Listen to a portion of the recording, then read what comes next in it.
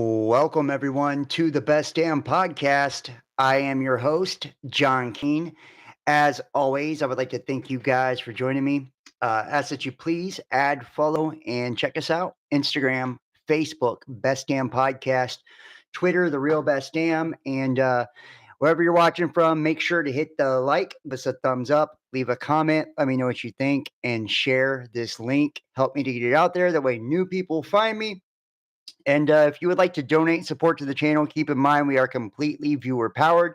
You can do so by going to PayPal, Cash App, Facebook Messenger, or joining us over on Patreon. I'm going to go ahead and hit the screen share here. Like I said, thank you guys for joining me. Let me know if the audio and the video is coming through clear. Tonight we have got a pretty interesting one. We're going to be talking about cults, man. And what's crazy is we kind of got into, oops, hold on. They're a Got some bigot. sound coming through. I would tell the Xenu. We kind of got into this the other day, just like really touching the tip of the iceberg with the Heaven's Gate cult. When we were talking about other topics, astral projection and new age beliefs. And tonight we're going to be diving into UFO cults, UFO cults, dark religious cults. So we're going to be looking at Heaven's Gate, Buddhafield, Scientology, and just to name a few, Jonestown. And I feel like this is something that, and a little sprinkle of satanic cults and stuff like that as well. But I feel like, especially like the UFO cult. I don't know why my tongue is just not pronouncing that right. UFO cults. Thank you, Sam. I appreciate that. I love you. But the UFO cults, excuse me, I feel like it's really big and prominent because this is something that we see, collectively that's really gotten traction, not as much as like suicide cults and people offing themselves. Um, but we're going to show you where some of this shit came from, like the Ashtar Command, right? And there was a message that was broadcast on the Southern Television Broadcast Network or something in the UK that was allegedly ETs that were hijacking the frequency of a television show, right? And then this alien named Rill or something like that comes, and I've got the actual broadcast. We're going to look at that, and this is where the whole Ashtar Command shit comes in, and you got people claiming to channel messages from these extraterrestrials. And we are at this time and period where it's the end of the age, where it's time for this reset. And humanity is either, taking this giant leap or giant shift in consciousness. And it's always, here's the story. It's always the aliens or the ETs are here to help us with this, right? Through our evolution and our growth. And they're going to see us through all of this, And of course, you always have those who are like channeling these messages. And I've always said this too. The reason I don't like channeled messages and shit like that is because I feel anytime you have, um, somebody that's saying you have to go through me, right? You have to go through me. I'm the one channeling this message. I'm the one who has contact with the entity. To me that reeks of deception, or it's very cultish in its own. And you also see whenever people get involved in these cults and these groups, and this can come in a variety of different ways. I believe a lot of these online creators and shit have their own little cult followings and shit like that,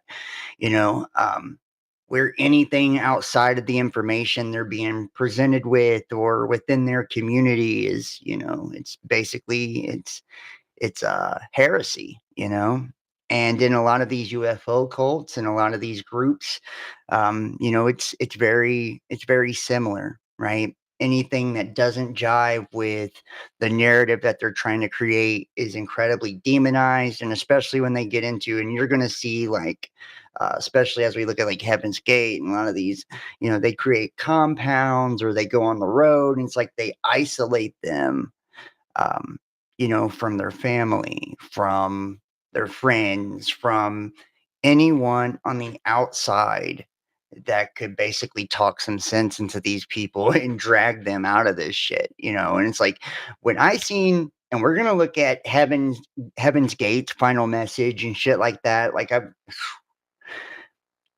I do not know. I'm mind blown that there wasn't something done about it before it even happened. That's what blows me away because they didn't hide it. Like, how some, Jonestown and shit, and we're gonna listen to the final Jonestown message when they're drinking the Kool-Aid, which is fucking terrifying. Some of these cults and groups, they literally hid the fact that they were going to take people out or end themselves or whatever, right? They never came straight out and said like, this is what we're going to do, or this is what we're going to do to you, or anything like that. But Heaven's Gate, they didn't hide it at all. They actually said oh well, the news is going to tell you that we're a suicide cult and shit. And it's like, you are, you are, you offed yourself because your idea of getting rid of your physical body. And this is where you're going to see in a lot of the new age, new thought movements that we see now. And I'm not trying to like single anyone out, but where there's this demonization of the physical self, right? Where you're and Christianity was really bad for it, um, certain denominations of Christianity to where it's like you're almost programmed to look at your physical self as bad, as fallen, right? That's the flesh. Um, it's almost like this gross part of you, that needs to be fixed, your sinful nature being born into sin. And in Christianity, it's like Jesus died for your sins, right? And you're giving yourself over to Jesus and giving yourself over to these principles and all of this. Well, in some of these cult beliefs that we're about to get into, it's very similar. Like they would say, there was some groups it was all about sex. Other groups it was no sex. Like um, very very strict when it comes to the physical. And denying themselves of all the physical pleasures of the world, right? So when we see now people talk about denying the ego and all of this, you can really see how people can take this shit to extremes. And tonight, I hope to illustrate that. I hope to illustrate, just how easily,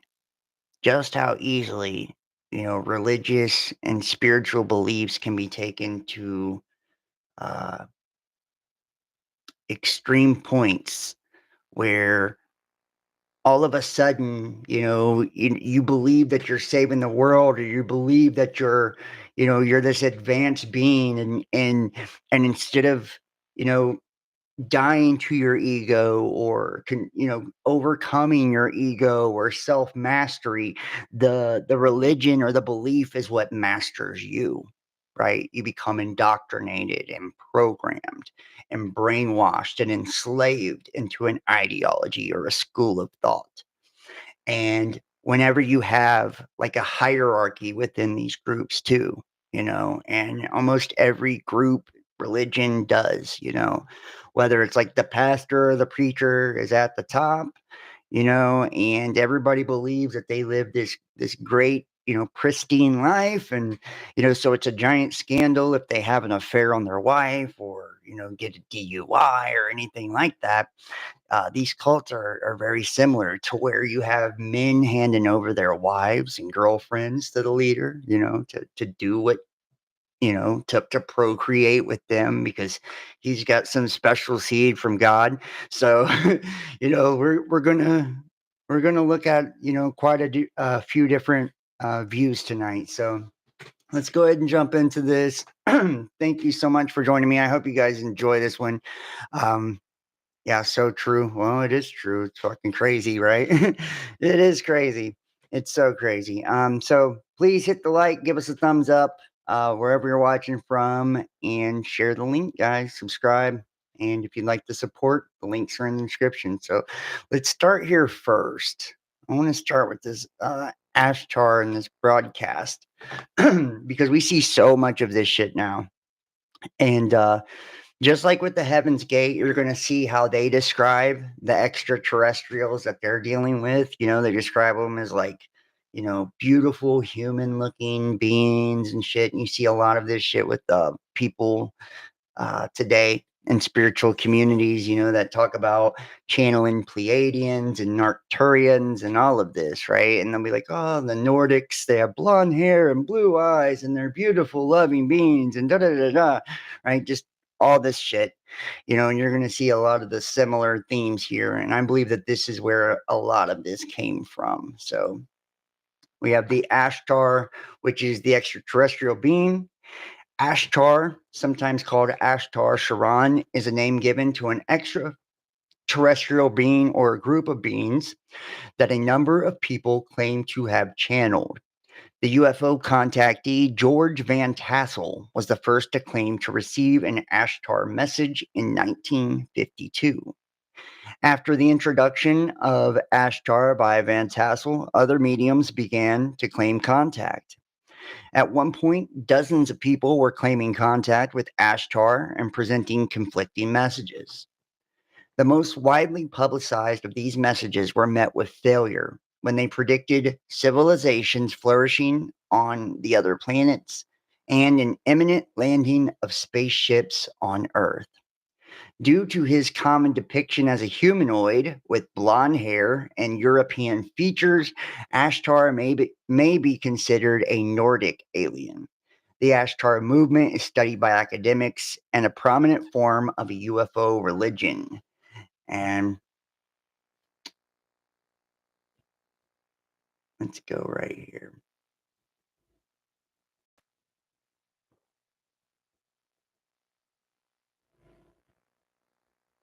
1970s broadcast, and you can see this goes all the way back with the Ashtar shit. This is from the 50s. So, a Southern television broadcast interruption was a broadcast signal intrusion that occurred on the 26th of November, 1977, in parts of southern England and the United Kingdom. The audio of a Southern television broadcast was replaced by a voice claiming to represent the Ashtar Galactic Command, delivering a message instructing humanity to abandon its weapons so it could participate in a future awakening and achieve a higher state of evolution. After 6 minutes, the broadcast returned to its scheduled program. Subsequent investigations showed that the Hannington transmitter of the Independent Broadcasting Authority had rebroadcast the signal from a small but nearby unauthorized transmitter instead of the intended source at Row Ridge Transmitting Station. The event prompted hundreds of telephone calls from concerned members of the public and was widely reported in British and American newspapers. These are sometimes contradictory, including different accounts of the name used by the speaker and the wording of their message. And this is the message here. So this is Brillion, the Ashtar Galactic Command. So this is fucking wild. Here we go. Let me see if I can give you the subtitles here. These include stopping the execution of all captured prisoners of war. Negotiation. In Australia, Mr. Perry Packard's cricketers are still keeping alive. That's the right decision, which didn't come down on playing a test match. This is the voice of the law, representative of the Ashtar Galactic Command.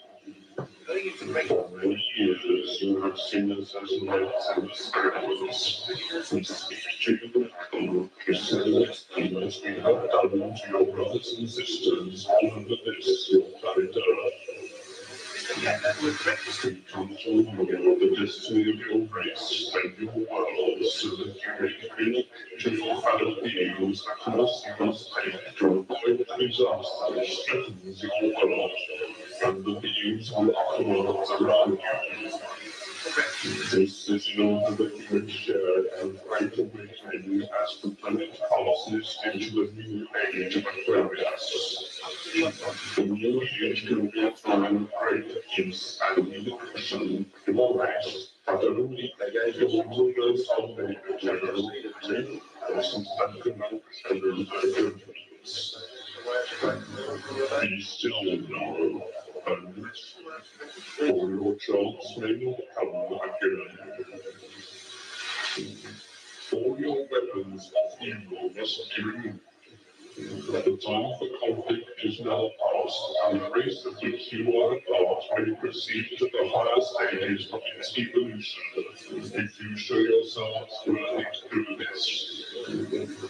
You have but a short time to learn to live together in peace and goodwill. Small groups all over the planet are learning this, and exist to pass on the light of the dawning new age to you all. You are free to accept or reject the teachings that leaders will learn. Many goes, why does this? Then they run out. Spiritual evolution. Okay. The voice of Renal, representative of the Ashtar Galactic Command, speaking to you.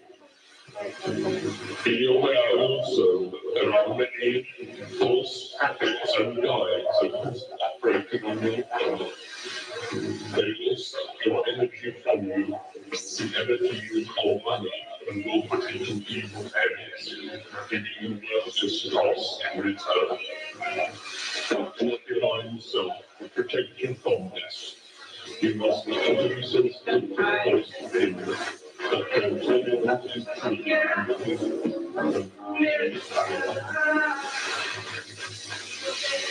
Learn to listen to the voice of truth which is within you.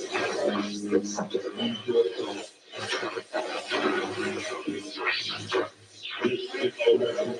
I really appreciate that we can I insist on doing so really healthy ingredients. I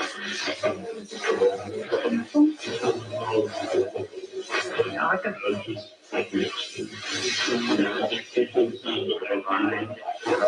that's up 9 lives. Look here. Keep on knowing yourself and just come is the register of your planet. Reaching up the Ashtar Galactic Command, I give you attention. We are the leading stage of your existence. May you be blessed by the supreme love and Buddha. Now, can you fucking imagine, especially in 1977, you're watching television in the UK and all of a sudden that shit jumps over the broadcast? Like, seriously, could you imagine the way that people would react? Spooky, yeah, I think that one's it's a little bit spooky. I can't really hear it that good though as it gets, because it's and when I looked it up, I'm like, did this even really fucking happen? And sure enough, I found it. It's like this is an actual event that took place in 1977. So yeah, from the 50s, they had people doing the whole Ashtar command shit, channeling messages, and that's where the UFO religions really began. Well, one of the more famous UFO religions is the UFO cult Heaven's Gate. The group is gone, but the religion lives on. The bodies of Heaven's Gate were founded by a former member in a mansion in California, each lying on a mattress with a $5 bill and 3 quarters in their pockets, plastic bags over their heads, and for most, a purple shroud covering their bodies. Many things led up to this movement, and one of them was their use of the internet. Their knowledge of technology was highly advanced at the time. Although it may seem retro and dated today, the web was a vital piece of Heaven's Gate. From earning income to proselytizing and documenting, the internet was key in how we remember them today and the impact they left upon the world. Heaven's Gate was a religion that was labeled by the media as a UFO cult, which would make sense to many who have heard of it. They came to the light in late March of 1997 after Doe, or Marshall Applewhite, the teacher, and 38 other students committed suicide in a mansion in Rancho Santa Fe, California. Though the group began in the 1970s after a chance meeting by the UFO 2, and see, they met in the 70s. And you know what? I find this to be the craziest part of all of this. This is the craziest part of all of this because, the last video we did was almost like a precursor to today's, right? Showing you all the different CIA operations that were taking place, especially during this time. This was an amazing time of deception for the United States government, right? From the 50s, 60s, 70s, right? And even the 80s, right? They were running, we had Nixon and Watergate and the assassination of Kennedy and the fucking moon landing and all this shit, like, one thing after another. The Cold War, right? The Cuban Missile Crisis, one thing after another. Where our government was running mass deception and propaganda on United States citizens. And then at the same time, they were doing these covert operations. In the 70s, I believe, is when everybody found out also about MK Ultra and the mind control. If you think about, the Manson family, all of these were victims of those type of operations, right? We look now today, and it's kind of become commonplace, especially in conspiracy and spiritual circles, to talk about targeted individuals and the use of different forms of technology, right? Voice to skull and directed energy and, things like that. But it often makes me wonder, what was taking place with a lot of these cults and cult leaders. That we don't know about that could have been connected to, our government or some of these operations.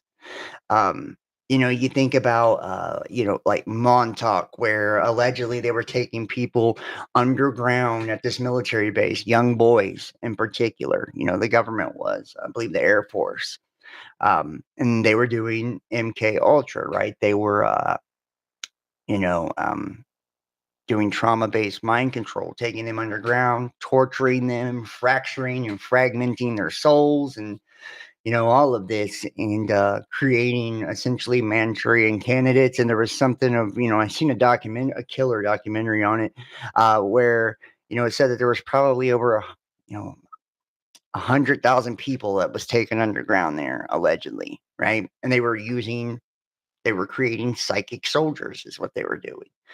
Um, because they all belong in a cult too. A lot of the cults that they belong to are like the OTO and Freemasons and what we call the Illuminati, right? These satanic cults, which we'll also look at tonight as well. These satanic cults. So they were bringing in children, young boys, and shit like this, and trying to activate their psychic gifts for spiritual warfare and for ritual purposes and shit like that. And this is one form of the evil that we see with that. Scientology, it's been known for the abuse, and there's been many connections as well, with prominent figures, L. Ron Hubbard, and its connection to Jack Parsons and the Babylon working and using Aleister Crowley's, material in order to do these things, which they were trying to birth moon children and, bring in the Antichrist into the world. And then you see things like patsies, with a lot of these crisis.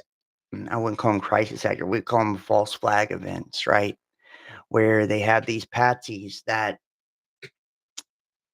are victims of extreme torture or mind control, right? These projects from the government, and they are either, usually cult leaders, and um,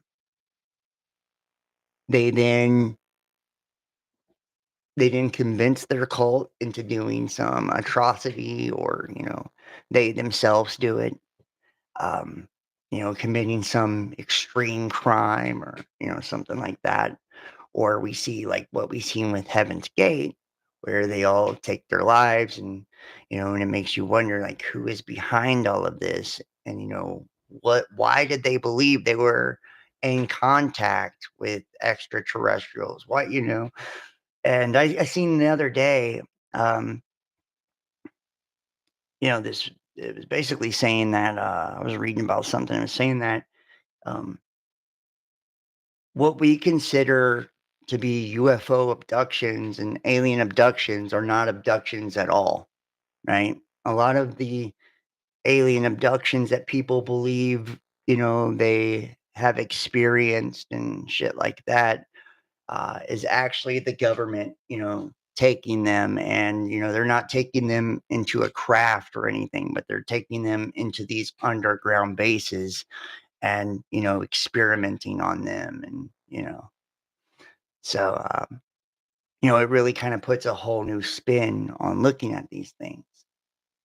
So I just kind of like get, the wheels turning, and get people thinking, you know, um, not just with the story that you've been given, right? The narrative you've been given by the media, but I want you to look at this with fresh eyes, and, start to ask the question, what would drive people to do this? And what were they experiencing?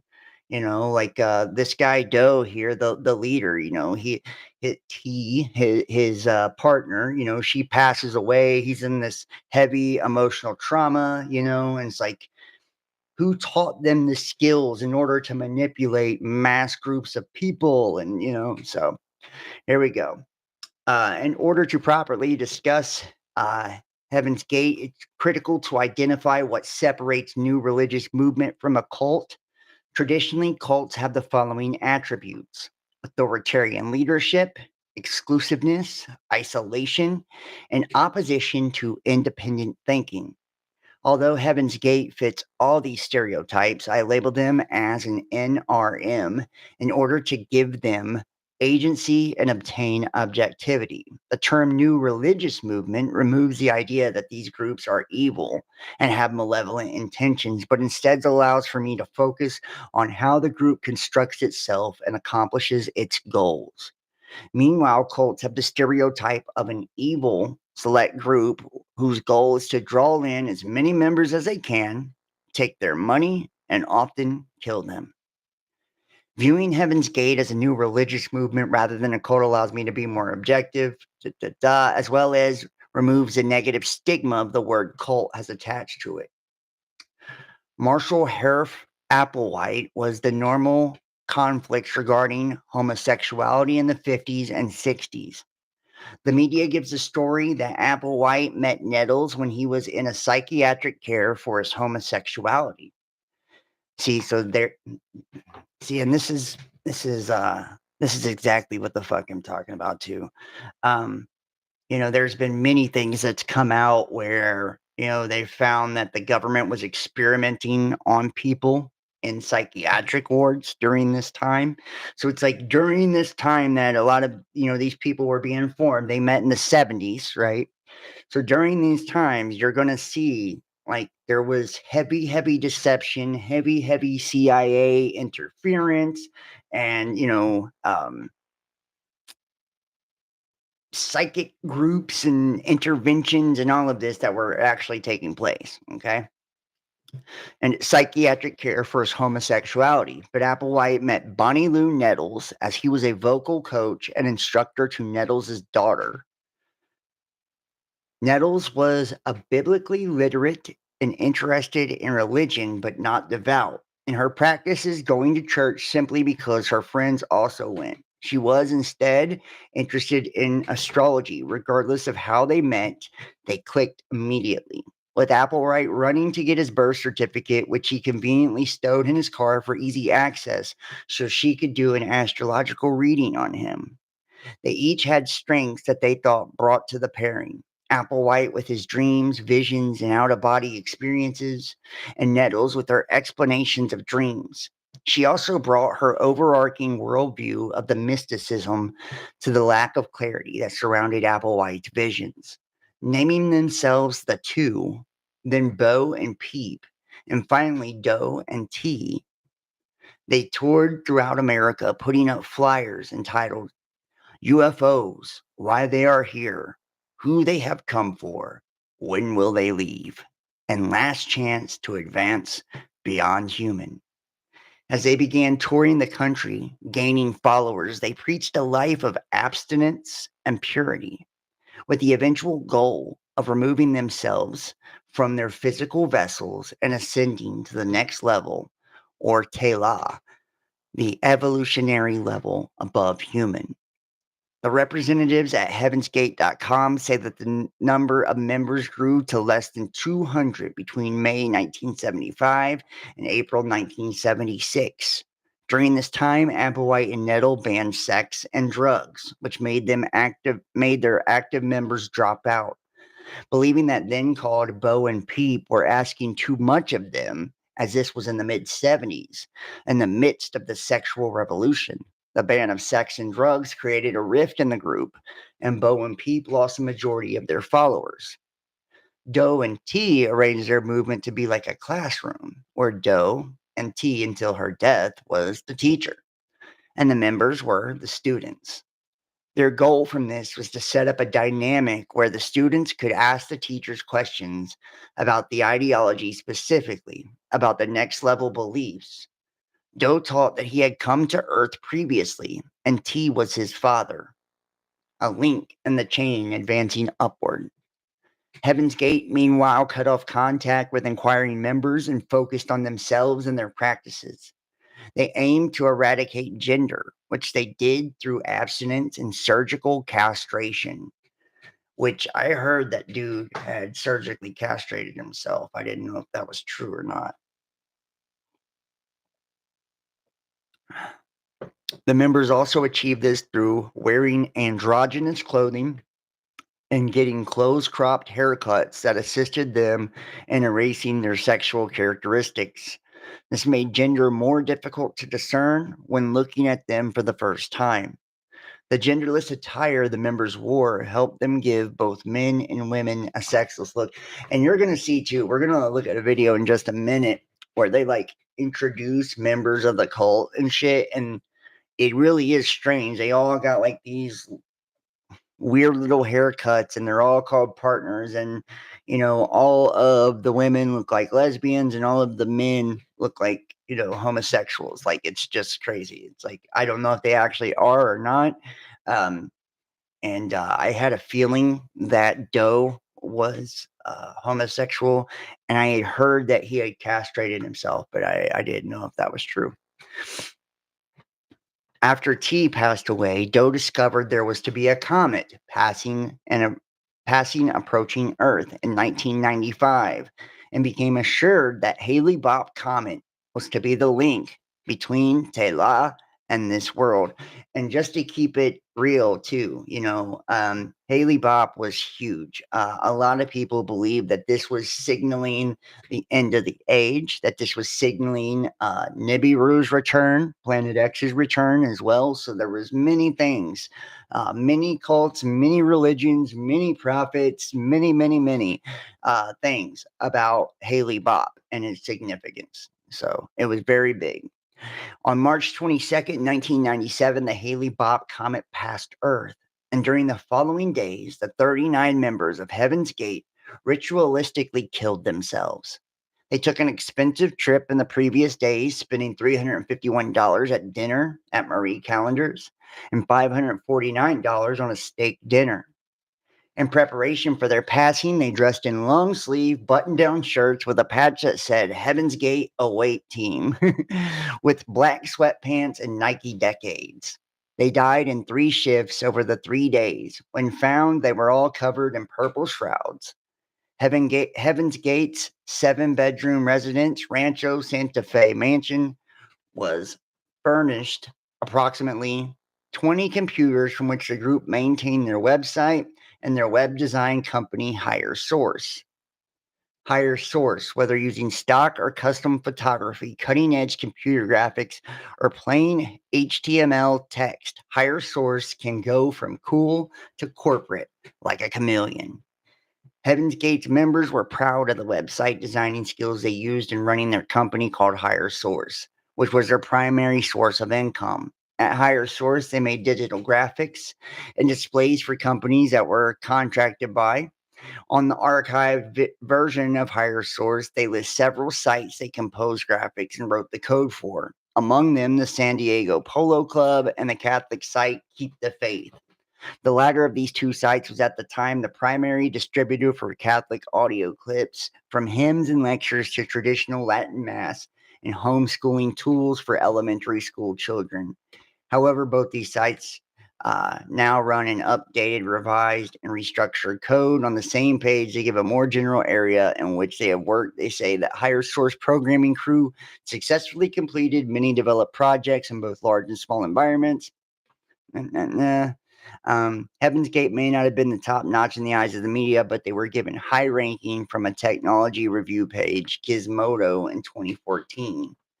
UFO and suicide cult connotations of hindsight aside, this is one of the most pristine testaments to early internet web design around. Not only could Higher Source program Java, C++, and Visual Basic, as well as Shockwave, QuickTime, and AVI, they could gradient the hell out of your word art too. Higher Source was on the front edge of technology and coding, along with simpler concepts like word art. Interesting. So they were running this Higher Source company basically in order to make their money. So, and could you guys hear the first video okay? Just let me know if you guys could hear the audio on the first video. Just let me know that way before I play any more videos. And if you're in the chat, make sure to hit the thumbs up. I don't know. Nice to see you guys. I appreciate all of you. Yeah, someone in the chat, let me know if you guys could hear the first video, if you can hear the audio on those. We're going to watch some of this. This is fucking wild, man. This is the final exit here. Can someone in the chat let me know? I don't know if there's a delay or what. So, but we're going to skip ahead in this too. Now, here you go. This is fucking crazy. This is Doe's final message from Heaven's Gate. We're not going to watch the whole thing. I will kind of like skip through this. But there's just something about Heaven's Gate that just blows me away, man, honestly. I lost my page here. Here we go, Heaven's Gate database.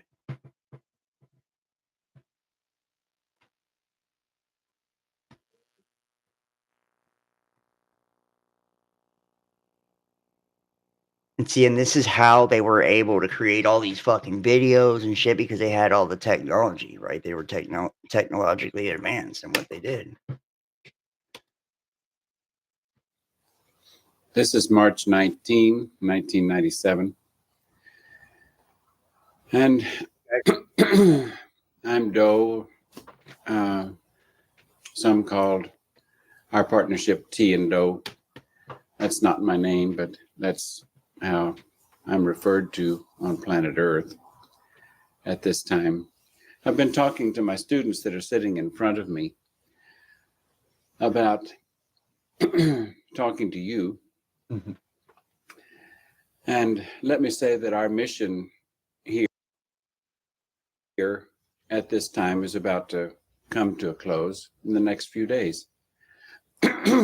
So they don't hide the shit at all. They flat say, this is the way that you get to the next level. So like, watch, it's crazy. Came from distant space, and even what some might call somewhat of another dimension.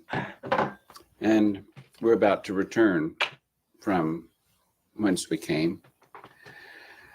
And I say that when we say we came from distant space, that we're talking about what your religious literature would call the kingdom of heaven or the kingdom of God. And let me know if you guys And can hear that in the we chat if you came for can. the express purpose to I don't know if offer my chat's even fucking working. a doorway to the kingdom of God at the end of this civilization, the end of this age, the end of this Thank you, millennium. Kimberly. And now that we're about to return, just a few things we wanted to say to you. And of course, we're aware that if you have not been given an ingredient of knowledge, information, And hit the thumbs up if you're in the chat by too. that kingdom, then you certainly will have no capacity to know that I'm telling you the truth or that this information has any validity. If you do know, when you hear what we're talking about and when you study the information that we're leaving behind, that it has truth in it. And if you see yourself as a part of it, then you have to respond according to what you feel.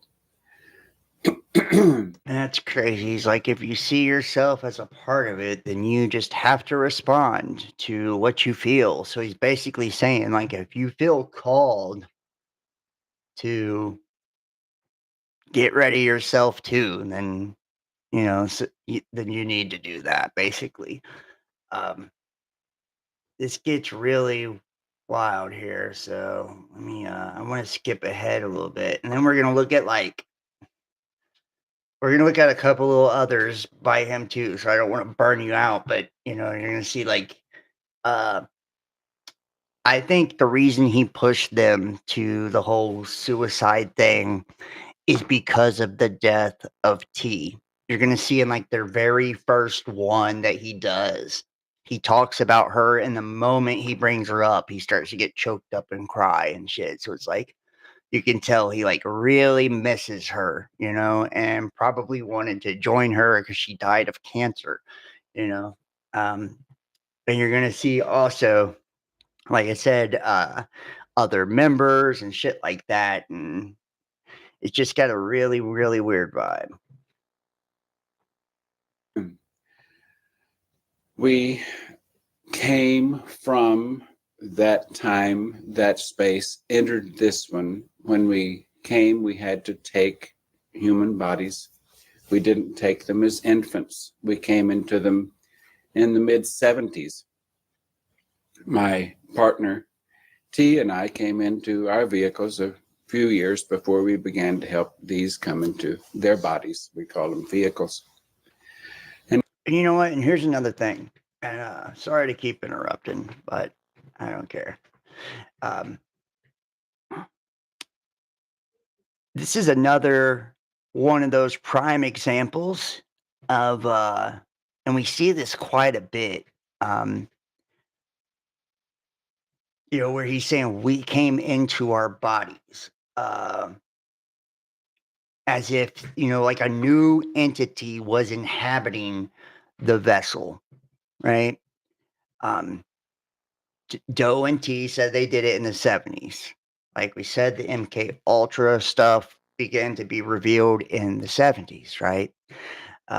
This was that very prominent time where they were doing lots of experiments, you know, on spiritual things and consciousness and the, you know, and the capabilities of the mind. And there's just, you know, he was in a psychiatric institution for his homosexuality, you know, back then, which is crazy to think, you know, could you imagine someone going to a psych ward now for being a homosexual? Like, could you even imagine it? It doesn't even, it sounds wild. But, I mean, you know, back then it was a very different world, you know. And he also talks about bringing, and he was using technology too. Like they were very technologically savvy, right? This cult, this group had their own business. They were running all types of script. They could program. They could do all this, amazing stuff. So, they had access to the web. They were on the web. There's no telling what they were dabbling with, who they were communicating with, right? And like I said, this time of deception, there's no telling if, they were targeted. He was targeted. She was targeted. Uh, and if he was experimented on while at the psychiatric ward, there's no telling any of these things, and why the government allowed them to come flat out and say they were going to do this and just never even tried to stop them, is just beyond me too. This was allowed to take place. They were posting this shit online for everybody to see, like, yo, we're going to take ourselves out. This is the only way to do it. And he says it too in this video. He says it. And they're not hiding it, yet they weren't stopped. So it's like, it really makes me wonder, was there other things at play, in this particular cult?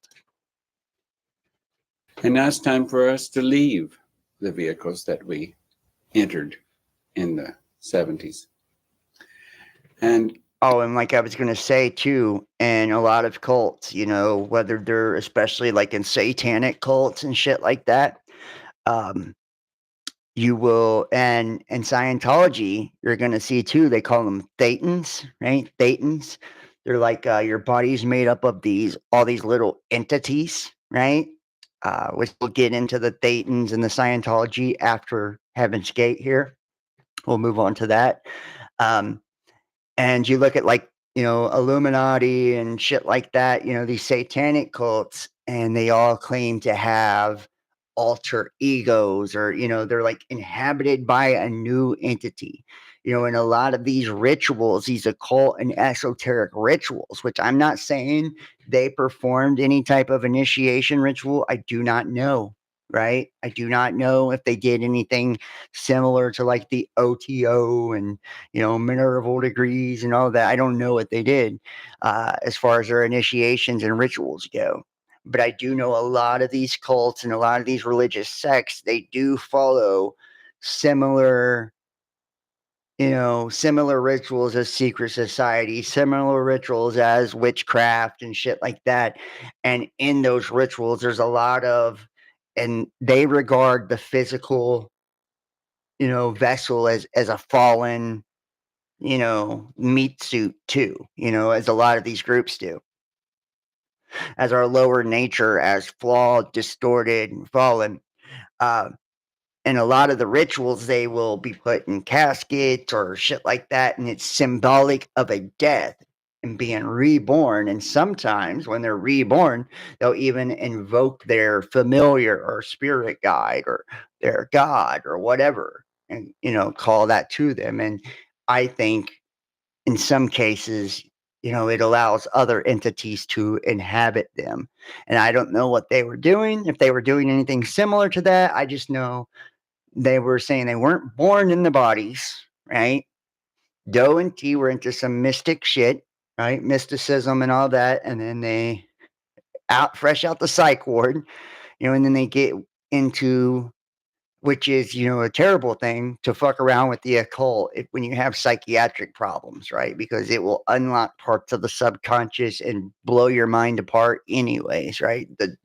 If you're not ready to face yourself, don't fuck with the occult and witchcraft and all of that, because you're going to see the darkest fragments of yourself, right? And the darkest aspects of yourself, head on. And every experience you have will be a reflection of your own darkness, your own brokenness, And if you look at like what we've seen ends up happening here, it's not unpleasant at all what they're preaching and teaching about, but the outcome was very unpleasant.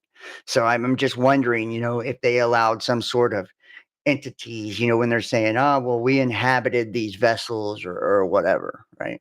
Just curious. you will likely, or many of you that might see this tape will say, what do you mean leave your bodies or vehicles? Well, actually, these aren't our bodies, our vehicles. We borrowed these for the time that we were here for this specific task. And the task was not only to bring in information about that evolutionary kingdom level, but to give us the experience of working against the forces of what this evolutionary level, what the human evolutionary level at this time has become. And so it was a very good learning experience for us. And while it was a learning experience for us, it gave an opportunity for all who had ever received knowledge from that kingdom to have an opportunity to recognize us and this information and even move out of this kingdom and into the next level, or that evolutionary level above human, the kingdom of heaven, space, kingdom of God. Now, we can't enter that kingdom and no one can enter that kingdom by trying to live a good life in this world. And then when this world's life takes your body, then that's when you enter. The only time that kingdom can be entered is when there's a member of that kingdom, member or members of that kingdom who have come into the human kingdom, incarnated as we have, and offer you clarification of that information, and then help you get your mind into your body, so that when the time comes to leave, then we help you also get out of your human body so that you might enter a body of the next evolutionary kingdom. And you hear the wording too, and that's just kind of like what's blowing me away. He's like, first off, he's saying you can't make it to the kingdom of heaven unless one of the members of this, right, shows you, right? They come with they open the gateway, to this other dimension of heaven. And we can't get to heaven unless one of these members come and help us get to heaven. And when they do, they're going to help you navigate getting your mind into your body, as if your mind is already not in your body, right? So it's like a new mind into this body. Very weird. And then they're going to help you navigate your way through the death process out of your body. And we're not talking about a spiritual body or some etheric body, even though the identity that we have is with our mind or our spirit, not with the suit of clothes that we wear. I'll say that again, the identity. We identify ourselves not by the suit that we wear, but by the mind that we are, the knowledge that we have. We actually identify with that mind, not with the suit of clothes. Yeah. My partner and I had to leave bodies in the evolutionary level above human. We had to leave those bodies in order to, in other words, set those bodies aside in order to come and incarnate in these bodies. Remind you again, we're not talking about at birth of the body. We're talking about we incarnated into these bodies in the 70s, in the early 70s, and then helped these who had come for the specific purpose of this learning experience and helping us offer this information to others who might have some of that mind in them given to them from that evolutionary level. In other words, periodically that level comes in close enough and offers a graduation class, offers life out of this evolutionary level into that evolutionary level. And we're at the end of that time. Now, since we are about to leave, and I said that we're at the end of that time, doesn't mean that there might not possibly be some of you who are watching this tape who know that we're telling the truth, and you can say, but wait a minute, you're leaving. I've never heard of you. Why are you leaving now? And I'm hearing about you for the first time. Well, that is not our fault. We have been here. We have made ourselves known to the public. We have held meetings. We have put out information, articles that have been printed in major newspapers that have gone world over for many years for the time that we have been here. And we've been ignored, or we've been called a UFO cult, or we've been called some New Age cult, or, you name it, whatever cult you want to call it, we've been called that. We're none of those things, but we can understand why someone would call us that when they do not have and have not been given the knowledge to see us for who we are and recognize what we can offer you. We didn't come here to blow ourselves up. We're unblown while we're in the human kingdom. We could not be in more modest circumstance than to have on human suit of clothes for the time that we are here. Now, we're about to step out of the human clothes that we are wearing. And you could say, well, why would you do such a thing as that? You mean you're going to go commit suicide? Well, Yep. I'm afraid I have to give you, we have a website, and on that website called Heaven's Gate, we have a little category in there that you can key on, and it says what we believe concerning suicide, or why we're against suicide, or I don't remember the exact title.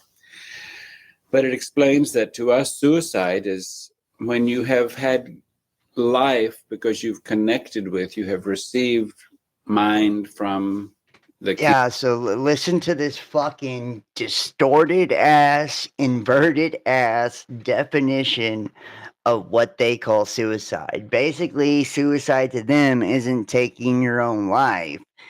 It's suicide not to take the offer from this God mind that he has into the next life. That's suicide. kingdom level above human. And you have been given that awakening mind so that you are aware of the truth about that kingdom level, and therefore have an opportunity to move out of the human kingdom into that kingdom level. And then when you turn against that, or when you cannot do what is required to identify with the mind and not with the body, can identify as... And isn't it strange too, like a spiritual cult, and this is another thing. This is what makes me think they're like somehow in league with demons. I mean, honestly, I really do think he's gotten a hold of something demonic. Remember, Lucifer comes as an angel of light, and Lucifer represents the intellect, right? The mind. And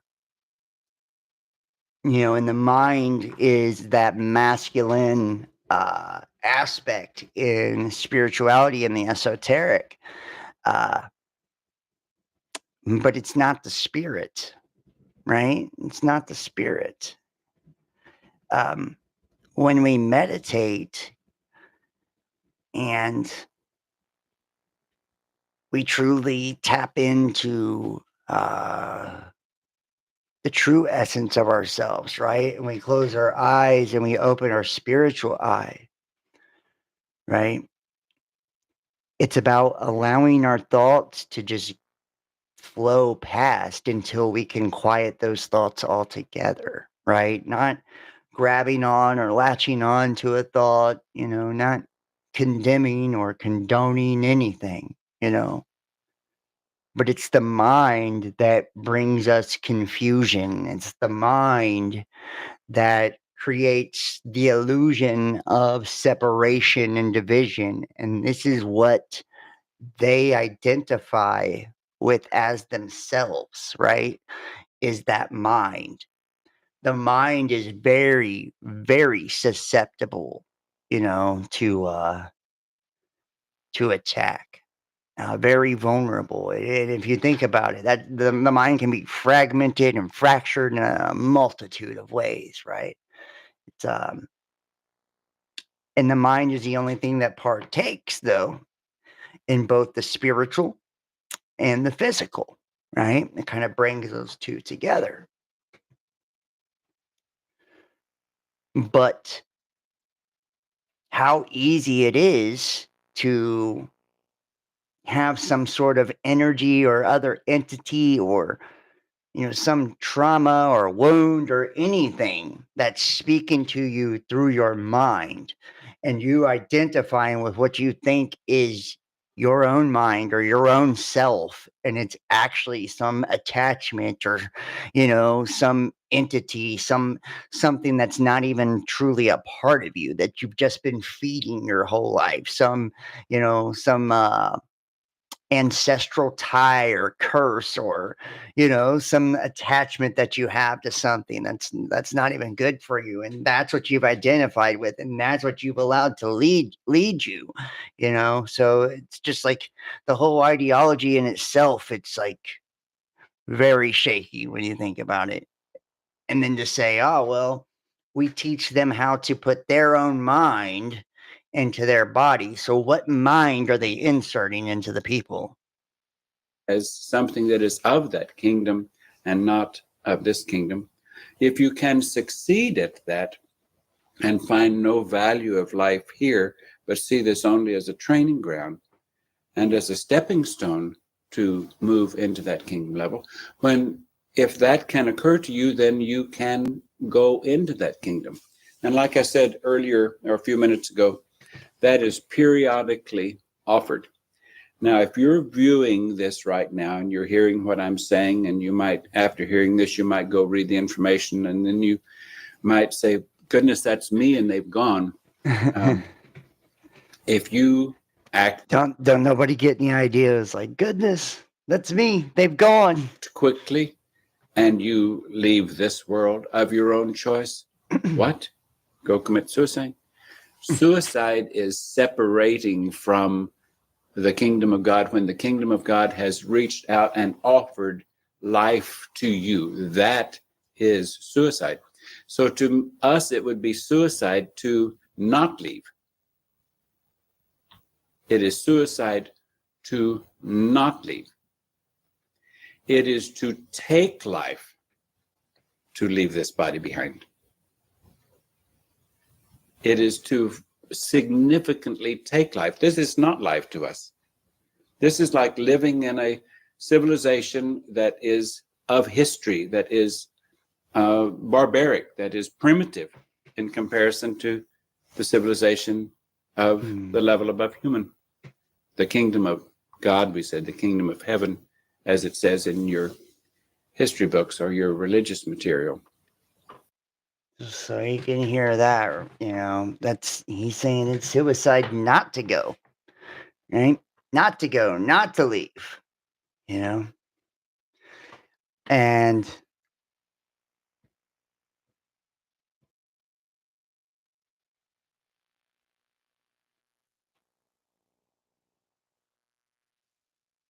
you think he was influenced by demons? I do too. I think there was something really, really off about that dude, honestly. Really, really off about that dude. And if I was one of his students and I found out that the guy was literally in a fucking psych ward and, all of this, and then he's talking about let's kill ourselves and, so we can get to God, I think at that time, that's when I'd be making my exit out of the group. I think I'd have enough at that point, so, I think we're going to look at one more little video when it comes to these guys, and then we're going to move on to Scientology. You guys like to look at some of the student exit statements. I think that would be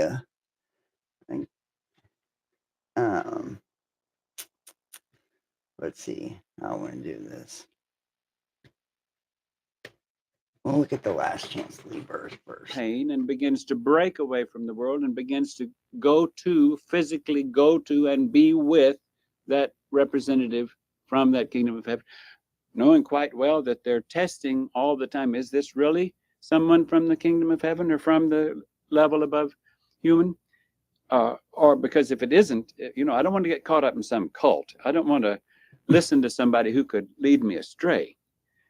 But if it is somebody from the kingdom of heaven, then if I'm interested and if I've got that little bit of information in my head, then I'm going to have some awareness that there could be some truth in what that individual is saying who says they're from the kingdom of heaven.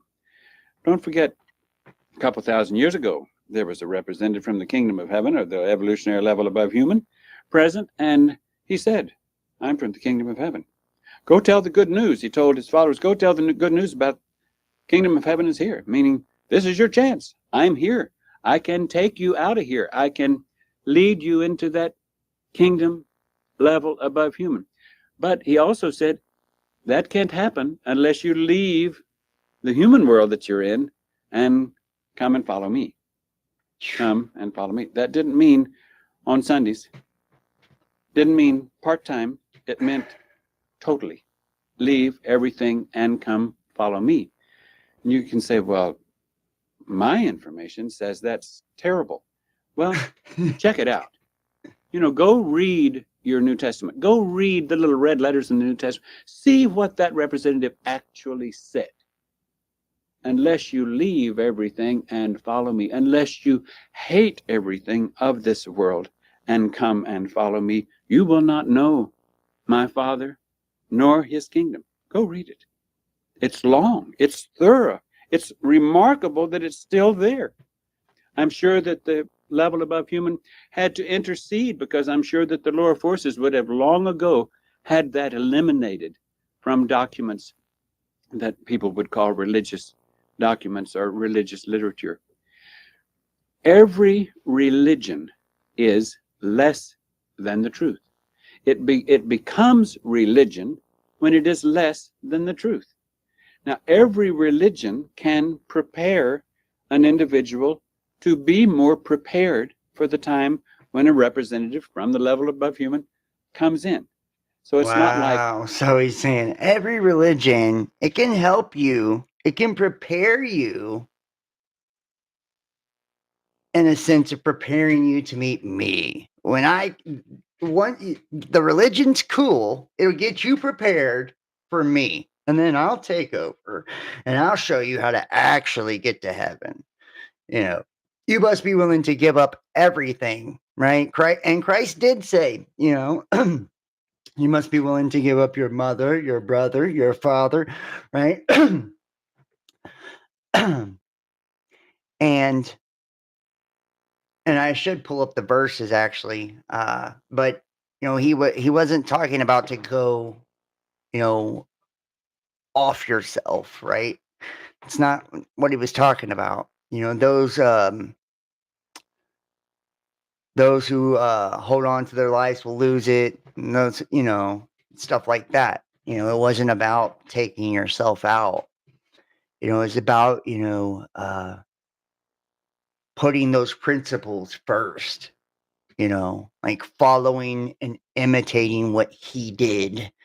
And putting that first in your life and following that to the T. Even if that meant you had to disassociate from people in your life, or it was putting him above all of that, like being loyal to Christ, being loyal to the Father above all things, above your mom, above your wife, above everything, God first, those principles first, and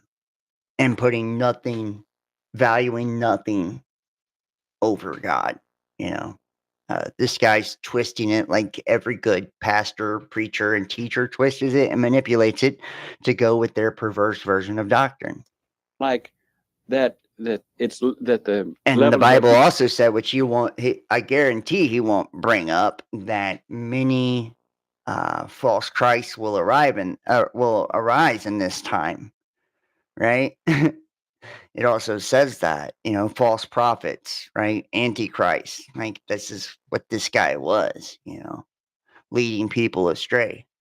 above human is available only to whites or blacks or Jews or Christians or Muslims or whatever the case might be. It's open to anyone who, when a representative is present, chooses to leave all behind, follow that representative, graft to that representative, and as that grows as they take in more. Now, they're not really taking in the mind of the representative, because the mind that is in the representative is not his mind. The mind that comes through me, we're in bad shape if it's my mind. It's mine because it was given to me by my older member and by the kingdom level above me, but it is not of me. I do not care for glory. I know that's the last thing that anyone would give to me on this planet. And I do not care for it, but I do care to glorify the level above human. I care to glorify my Father who gave me life. It's hard for me to speak of that without weakening, as you can observe. Okay, here's an individual who says, I will break away from the world. Now, breaking away from the world is not easy. Yeah. So, and when he talks about his father, he's not talking about God, by the way. He's talking about T, the other founding cult member that passed away in 85. That was his teacher and representative above him. That was his heavenly father. Just saying. So when he gets all emotional like that, it's not him being emotional over God. It's him being emotional over his best friend that died of cancer. And this man had just came out of the psychiatric ward when he met her, right? So it's like when we really start to look at the roots of this shit, right? We really start to dig deep into this. It's like you can see there's a lot of hurt there, him wanting to take himself out and get everybody else to do it. And then the whole self-importance thing, like it's only when a representative is available, basically saying, I'm the only representative here on earth. I'm like Jesus. You have to go through me or you're not getting to heaven, And we'll look at a couple little, hear a little bit from the members, and then we'll move to Scientology here.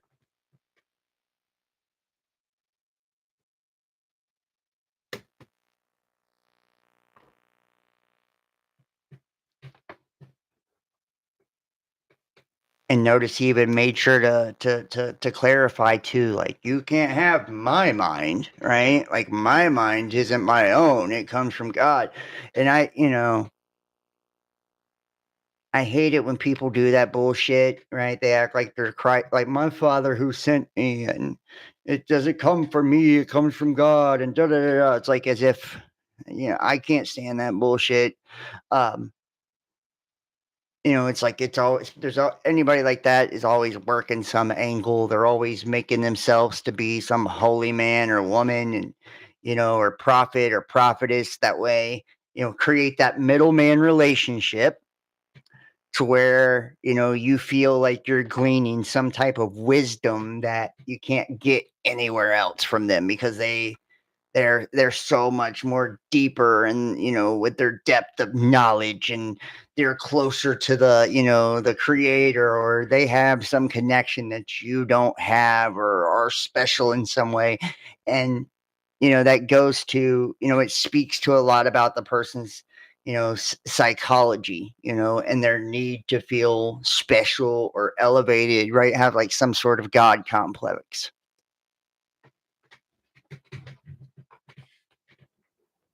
Okay, we're going to begin our interviews today with Soroti.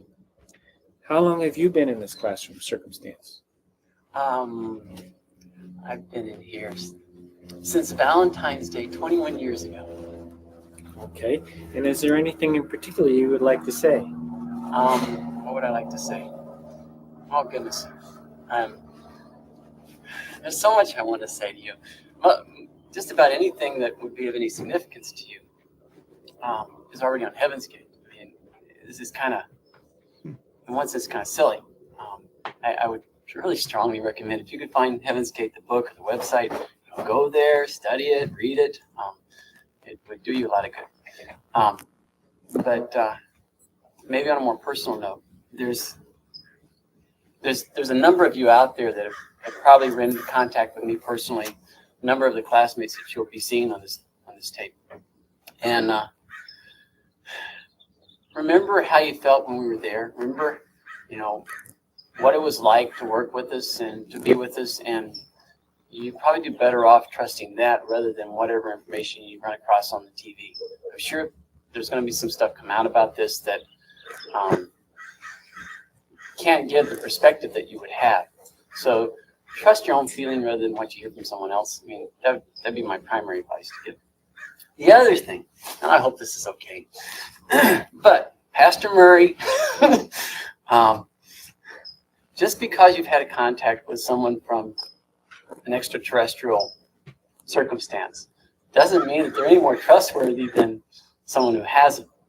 I mean, the Mormons, supposedly, John Smith had the same sort of contact. And a space alien doesn't mean that he's from the kingdom of God. So you would do well to do some research as well in the same regard. I hope I'm not going overboard by naming these people, but Kenneth Copeland, Jen and Paul Crouch, Kenneth Copeland in particular, Ken and Gloria. For a while, we were really thought that you were picking up on next level information. You were being a good instrument. So he's You bashing all, other preachers. Must not have a life, or you're deluded, or you're. Wow.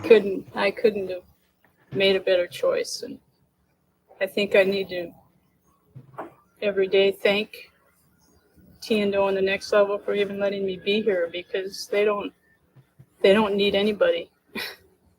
Just I could say a lot more too, but for some reason we always get kind of emotional when we start trying to convey our true feelings, because we know, I think, that the media is going to just whatever. They're not going to present it the way we would like to be presented. Anyway, I wish you could all be here. I wish you were as lucky and fortunate as we are, I guess.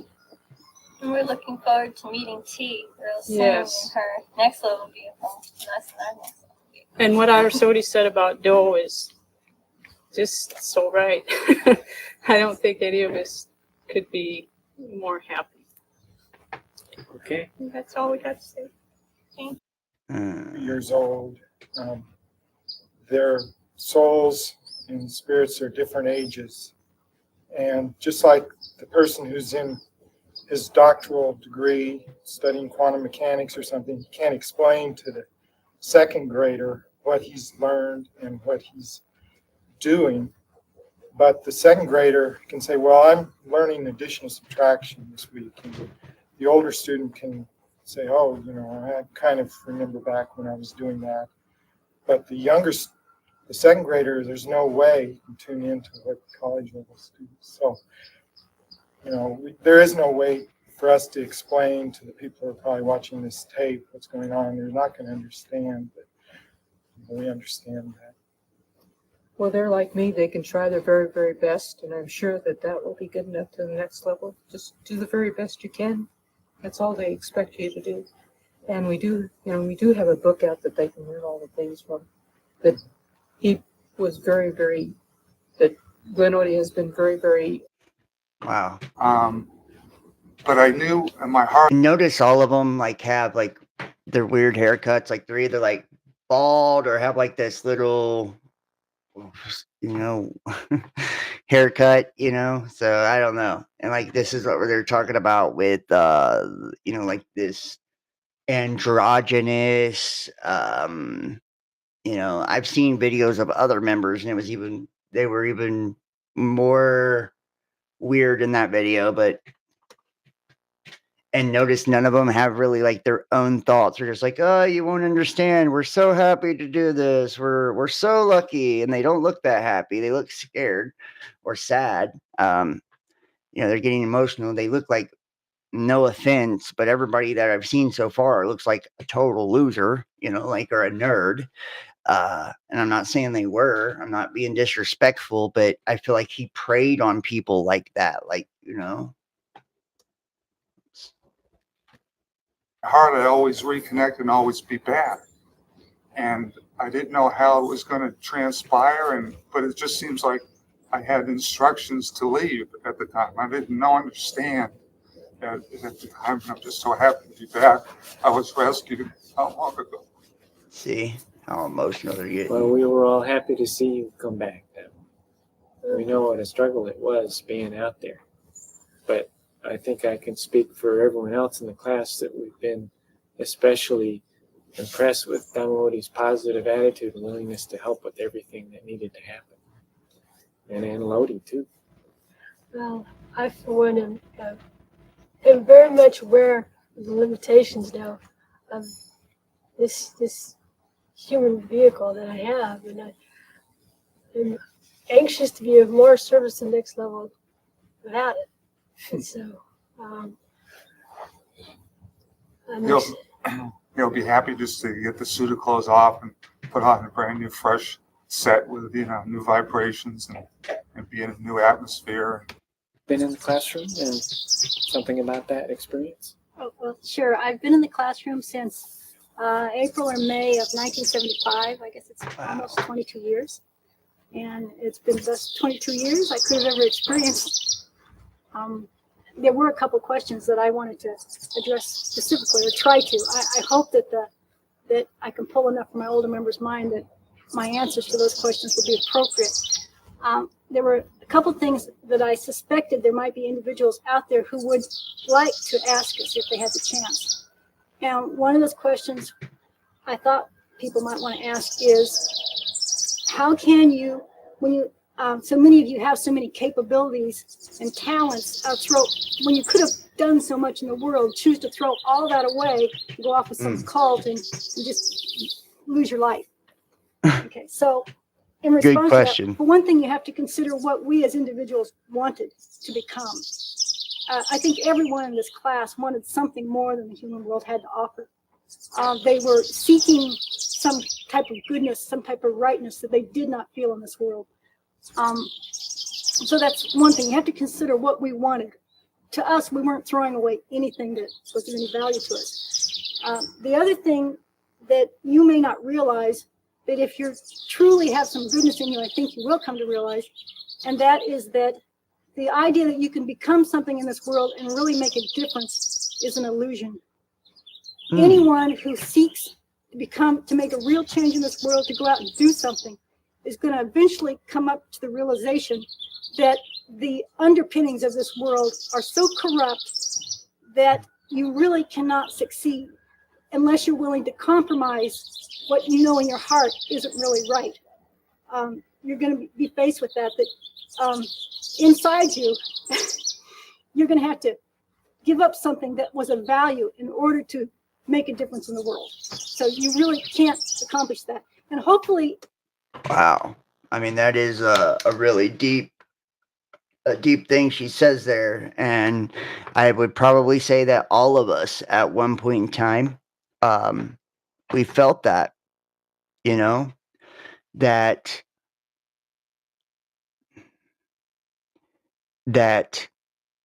the good guy doesn't win, in this world, and that the world has become so corrupt that the only way to advance, the only way to succeed, the only way to overcome, right, is by compromising, your morals or your beliefs or values or,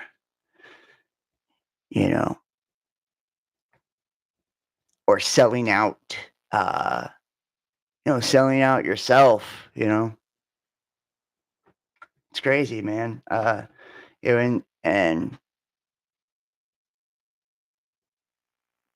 that, because, and I've heard so many people in spiritual communities say too, which, I used to feel that this way, but I don't anymore. But, where they would say, I can't wait, to be back, with the Father, or, I'm not meant to be in this world, or, this isn't my home, and, shit like that. Basically, like resentful of being here on earth and resentful of this life and this experience and wishing that they could go back, to heaven where they came from, or go to heaven where they came from, that if they could just, leave all of this, they would, which is basically what she's saying. It's like they believe this world is so fallen, so corrupt that there's no way to overcome through good, and there is no justice, there is no righteousness. And many people would agree, many schools of thought, many beliefs would agree absolutely with that, and say that humanity, the flesh, we're flawed, we're fallen, we're corrupt, we're broken. And I used to feel like I wasn't from here, and this isn't my home, and I'm not happy here on earth, but I don't feel that way anymore. I don't feel that way anymore. I feel like it's a true blessing to get to live out this experience, and that it's what we choose to make of it, not what we allow the world to dictate to us that it is. If we believe that, we don't stand a chance in this world, and that, we're outcast and we don't fit and we don't belong, and, that we can't overcome, and, the good guy never wins, and, the only way to succeed, the only way to accomplish what we want to accomplish or make any change or get any progress whatsoever is by compromising ourselves and by selling out and by, going to the dark side, essentially. It's like, then that will be the world that it is, because it's the world that we make it. That's the world we create for ourselves. Our world reflects back to us what's within us, so what's within our minds, our mindsets, is what is being, mirrored back to us in our reality and reinforced, in our lives, and in every area, in every direction, in every conversation, in every person, in every circumstance, in every scenario and situation. We truly are attracting our own experience. Yes, there is a shared and a collective aspect to our reality. No doubt about that. 1000%. You don't control the whole thing. You don't control it all, but you do have a large amount of influence over your own personal narrative and the way that you interpret and the way that you perceive reality and the way that you react or don't react. We're going to move on now to Scientology.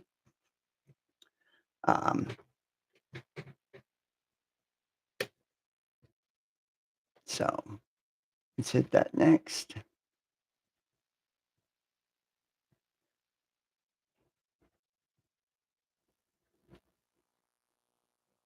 And we're going to start with a couple. We'll start with this first. Scientology is a set of beliefs and practices invented by the American author L. Ron Hubbard and an associated movement. It is variously defined as a scam, a business, a cult, or a religion. Hubbard initially developed a set of ideas that he calls Dianetics, which he represented as a form of therapy.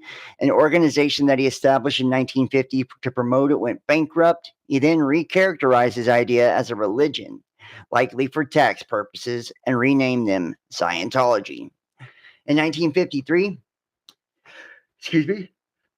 he founded the Church of Scientology, which by one 2014 estimate has around 30,000 members worldwide. Key Scientology beliefs include reincarnation and that traumatic events cause subconscious command-like recordings in the mind, termed engrams, that can be removed only through an activity called auditing. A fee is charged for each session of auditing. Once an auditor deems an individual free of engrams, they are given the status of clear. Scholarship differs on the interpretation of these beliefs. Some academics regard them as religious in nature. Other scholars regard them as merely a means of extracting money from Scientology recruits. After attaining clear status, adherents can take part in the operating Thetan levels, which require further payments. The operating Thetan texts are kept secret from most followers. They are revealed only after adherents have typically given hundreds of thousands of dollars to the Scientology organization. Despite its efforts to maintain the secrecy of the text, they are freely available on various websites, including at the media organization WikiLeaks, which I did go to WikiLeaks. These texts say past lives took place in extraterrestrial cultures. They involve an alien called Xenu, described as a planetary ruler 70 million years ago who brought billions of aliens to Earth and killed them with thermonuclear weapons, despite being kept secret from most followers. This forms a central mythological framework of Scientology's ostensible soteriology. These aspects have become the subject of popular ridicule. Since its formation, Scientology groups have generated considerable opposition and controversy. This includes the deaths of practitioners while under Church of Scientology care, several instances of extensive criminal activities and allegations by former adherents of exploitation and forced abortions. In the 70s, Hubbard's followers engaged in a program of criminal infiltration of the U.S. government, resulting in several executives of the organization being convicted and imprisoned for multiple offenses by a U.S. federal court. Hubbard himself was convicted of fraud and absentia by a French court in 1978 and sentenced to 4 years in prison. The Church of Scientology was convicted of spying and criminal breach of trust in Toronto in 92 and convicted of fraud in France in 2009. Think about that. That's fucking crazy. That is fucking crazy. Like when you're trying to, infiltrate governments and shit like that, and you're supposed to be a religion, you're on some bullshit, So, let's start here. Hopefully they let this play and they don't block it. This is an oldie but a goodie right here. This is Leah Remini from the King of Queens, and this is her talking about finding out about Xenu. This is on Joe Rogan, and we've got documents and everything. Let me first here give you the deal on Xenu here. Hold on. We've got the book Going Clear and everything. This is going to actually be interesting. So hopefully. Right. Okay. So who is Xenu? Would you like to hear a wild story? Are you sitting comfortably? Right. Let's begin. Once upon a time, 75 million years ago, to be more precise, there was an alien, a galactic ruler named Xenu. Xenu was in charge of all the planets in this part of the galaxy, including our own planet Earth. In those days, Earth was called Tejiak. Xenu had a problem. All of the 76 planets he controlled were overpopulated. Each planet had an average of 178 billion people. He wanted to get rid of the excess population, so he formulated a plan. With the help of renegades, Xenu took complete control and defeated the good people and the loyal officers. Then, with the help of psychiatrists, he called in 1 billion of people for income tax inspections, but they were instead given injections of a paralyzing mixture of alcohol and glycol. Then they were put into some space planes that looked exactly like DC-8s, except they had rocket motors instead of propellers. This is crazy.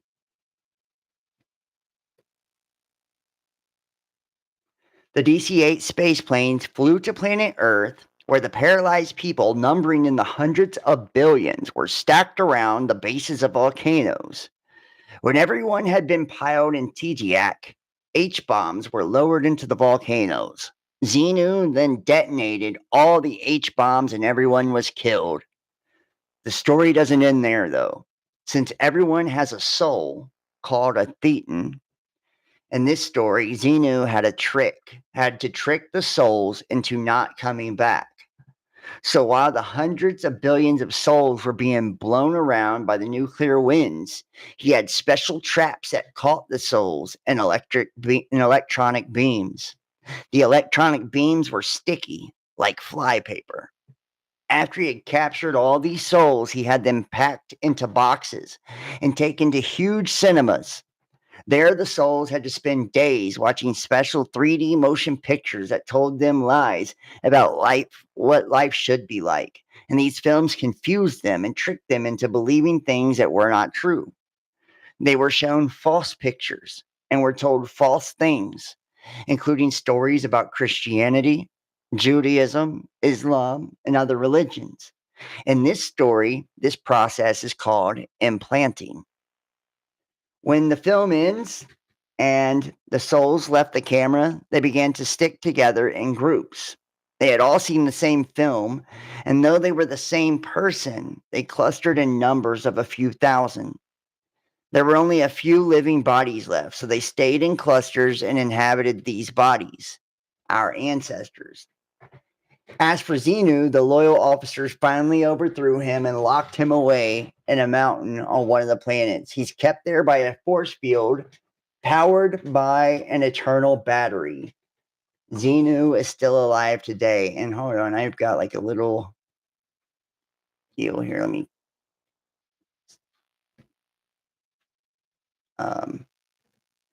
close down some of this.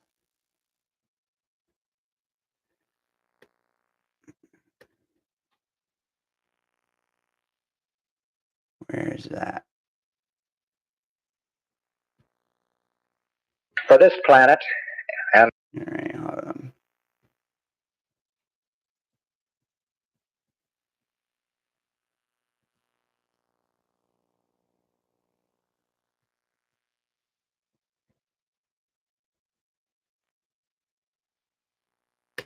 $5 million years ago, this planet was called Tigyac. Yeah.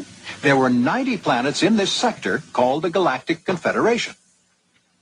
This is part of the text of a Hubbard lecture. They had elected a fellow by the name of Xenu to the supreme ruler, and they were about to unelect him. And he took the last moments he had in office to really goof the floof. Xenu decided to take radical measures to overcome the population problem. Beings were captured on other planets and flown to locations near 10 volcanoes or more on Earth. H-bombs were dropped on the volcanoes, destroying the bodies of the beings who, as thetans, attached themselves to one another as clusters. A revolt followed of the loyal officers against Xenu. Xenu was locked up in an electronic mountain fortress and remains there still. Since that time, beings born on this planet have had clusters of thetans attached to their bodies. OT3 can run out these clusters and cause them to leave us and reincarnate as individuals. After hours of expensive auditing, you are rid of the body thetans attached to you. You may then acquire psychic powers, move objects at a distance, and have out-of-body experiences. If you find you can't, then you must take the course again for another £5,000. Yeah. So, just to kind of, the Thetans are basically all these fragmented entities that do not belong there. So, where are we at here?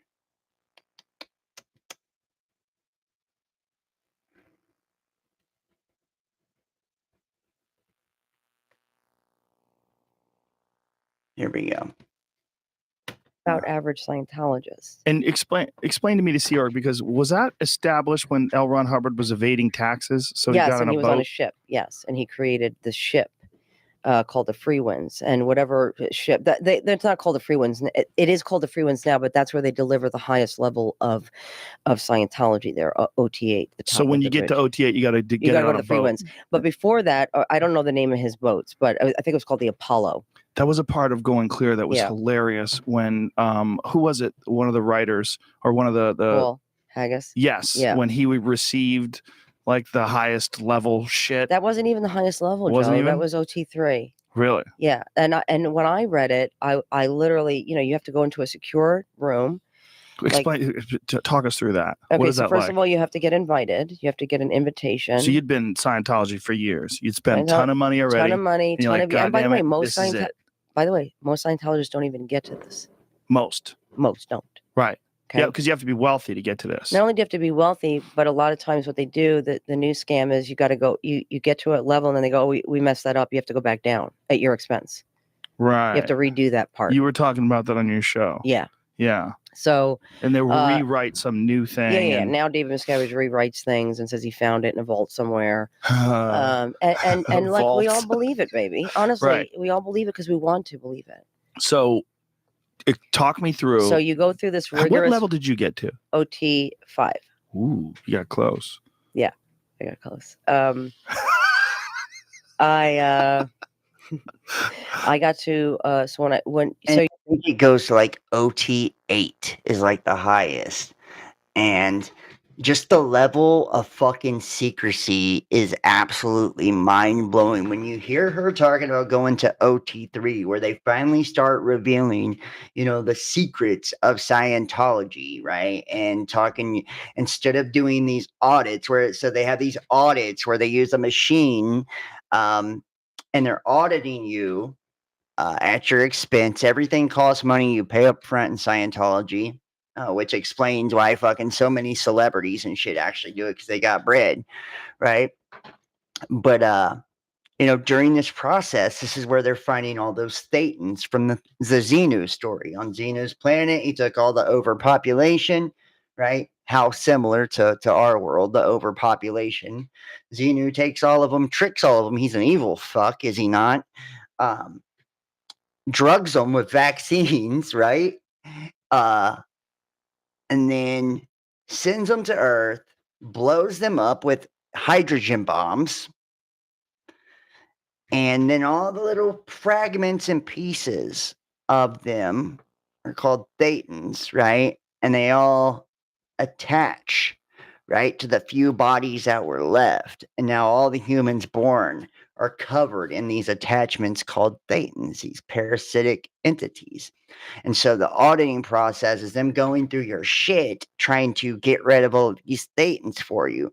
She goes to OT3, which is like where the secrets start to be revealed. It's hard as fuck to get there, lots of money to get there, lots of secrecy. She's going to describe how they fucking basically got a suitcase connected to her and all kinds of shit just to read these papers and everything, right? And come to find out that now, instead of someone else auditing you about your thetans, now you audit yourself. So you speak to the thetans directly yourself, right? And this goes all the way up to OT8, So this is just wild shit, this entire religion, this entire cult. And they're fucking dangerous on top of it. So many people have come up missing. I got an article about one of the guys who just came out about Scientology recently. He just ended up dead. There's so many things about Scientology and trafficking and everything. And they will send a cease and desist letter to a motherfucker in a heartbeat. Matter of fact, I believe Joe Rogan got one after doing this episode. So to get to this advanced level, it's called advanced levels. Okay? Right. You are put through the ringer. They go through every folder. From the moment you walk into a church of Scientology, they have folders on you. So everything you've ever said is written down and videotaped. Okay. So they get your folders and they cull it. They go through it. Okay. And they go through every transgression. Are you still humping your pillow? Are you still a nasty asshole to your mother? Like they go through everything. Are you still connected to this person who said something bad about Scientology 20 years ago? So they make sure that you're eligible to get the advanced data. And where do they bring you? Okay, they bring you to a room. Where is it at? It's on L. Ron Hubbard Way in Los Angeles and Fountain. It's so called how nervous are you? Are you freaking out? Oh my God, I can't believe this is happening. Finally, all this shit I've put up with all my life is finally going to be answered. All my questions of life are going to be answered in this moment. And you realize this is the moment you're going to get the sacred documents. So my mother, So because I'm a celebrity, they let my mother come in, and she was also higher level than me, right? So imagine I'm in this like double, like, so you go through one door and then security, and then you got to get the lanyard, you got to get like clearance, you got to go take a picture, you've got to sign documents to say if I ever reveal this, it's going to be $100,000. You know, you don't ever. Yeah, and just like every good cult, right? They're sworn to secrecy, right? The Freemasons, Illuminati. That's why they make this symbol, with the throat cut thing, because they, that's part of the deal to get their throat cut if they ever speak about this. To have a knife to the heart before they can fall off their sword, or fall off their horse, and all kinds of shit, right? These are just the different agreements that they make, right? To have death, And in this case, it's just to be sued for $100,000, but they'll get rid of your ass anyway. She goes on. I don't believe it's in this clip that we have here, but she goes on to talk about later in this interview about John Travolta and how he has this ranking, and it's called something with a K. Karaku or something is the ranking. And that particular ranking in Scientology has the ability to kill somebody and get away with it, basically. And like any of the leaders in Scientology or that have these extremely high ranks, it's just automatically known that those that are underneath, right, the subservient people that are underneath these people that are outranking you, you would go and get, say John Travolta walked into the room and we were all in church right now, Scientology church, comes out of the kitchen and he had killed the cook, right? Don't matter why he did it. Don't matter who that cook was, right? Like, he has this special level, one that gives him immunity to doing these things on top of it. So you and I would then go and get rid of that fucking body for him, and we wouldn't say a word about it. We wouldn't be allowed to moan, groan, piss and moan or anything when we had to do things for them. Like Tom Cruise, all of it. Like you had to be on your P's and Q's when you did it, or you were violating it, like this is how crazy this is. And that's why Scientology is most definitely a fucking cult and not a religion. Ever get to read any legal document that Scientology gives you. So you just sign things, Right. They say sign here, It's like today, what you did here. So I Right. don't know. I could be married to you, as for all I know, what I signed today. I like how you shook your head. No, you don't need to shy. Okay. So comedy. You don't deny, Joe. So I don't know why you keep denying. That's how you step up comedy another notch. Got it. You deny. You just go, no. I didn't get the memo. Oh, okay. Yeah. So that's what we're doing now? Yeah. Oh, okay, got it. So the okay. So you go into the room, a secure room. You got a lanyard. They take your photo. You sign the documents. Well, they give you a folder. You have to get a briefcase that only you know the code to. A briefcase. So you go up to the window, to the AO window, and you hand them your briefcase. They scan your briefcase, and they put the materials in the briefcase, and they close it. They turn it back to you, and you lock it. Then you attach the briefcase to your body. I'm not fucking like with a handcuff? No, like with a little clip. Like Okay. It has to be physically connected to you. right. So when you go pee, you have your briefcase coming with you. Correct. Right. Okay. So you get your briefcase. They go down the hall and use your thing, and you're gonna be let into one door, and then you're gonna go into another door, and then you're gonna go into the course room. That's what it's called. So you go into the 3 doors or 2 doors, whatever it was. You sit down, you open up your briefcase, and you read the material for the first time. The answers. So my mother's sitting there in front of me. Okay, she's so excited. Understand that, like, this is what you want for your kids. Like, they're getting up the bridge and they're getting the answers to life. So when they come back next lifetime, they're not going to forget everything. And they're not going to be as fucked up as they were when they were, you know what I mean? Right. Like, it's really a proud moment, And so my mom's sitting across from me, like, so excited. And I'm reading this, that my body is made up of other beings. My body, my whole body, my thoughts and everything are mixed in with these other beings that compose my body. Okay? Mm-hmm. Are you following me with Yep. this? What's your understanding of it? Your body's made up of other beings. Right. Every Everything. Everything. My thumb Your is nails composed are of other beings. Your hair is maybe other not the nails because beings. they're acrylic. Okay. Your skin is other beings. Your eyes are other beings. Everything. Okay. Like just here, just Right. in there, just. Mm-hmm. My thumb is a person, is a being trapped into this body. Here, okay. So I read this, and the supervisor comes over and he goes, "Do you understand? I want you to draw it out. I want you to draw it out." So the supervisor like has that. access to this information. Yeah. He's standing there to make sure, right? So I go like this, Joe. I Right. go, I You don't draw a know. little person. Okay. I go, there's a bunch of beings on me like that. And I give it to him like that. Mhm. And he goes, "Start again. I want you to read it again. And then I want you to draw another one." So I go, okay. So I did all this, and I literally did this, Joe. I made circles on every part of my body. So for people that's just listening, Lee's drawing a stick figure and she's drawing little circles all over the stick figure. Right? Right, Okay. right. Now these beings were like from 75 trillion years ago. They were put in volcanoes and blown up and packaged and overlord. And anyway. Are you freaking out at this point? I look at my mother who's sitting. Now the supervisor's standing over me. So I go, "What in the fuck this? What is this?" Right. And I mean, can you even imagine if you had put, years into being a part of this spiritual belief, this school of thought, this religion, if you will. And we're going to look at some survivors of Scientology, and then we're going to actually hear a few-minute clip from L. Ron Hubbard on Xenu and his description of it, and basically telling you the secret, and I mean, imagine you get to this point and you find out this truth, and it's like it's a fucking strange ass story to say the least. But I mean, is it really that far off from what a lot of religions and in the occult and esoteric belief, like this demiurge, right? Think about the Gnostics and the demiurge, these entities, that make this up, saying that we're fractal or fragmented beings that make up this entity, and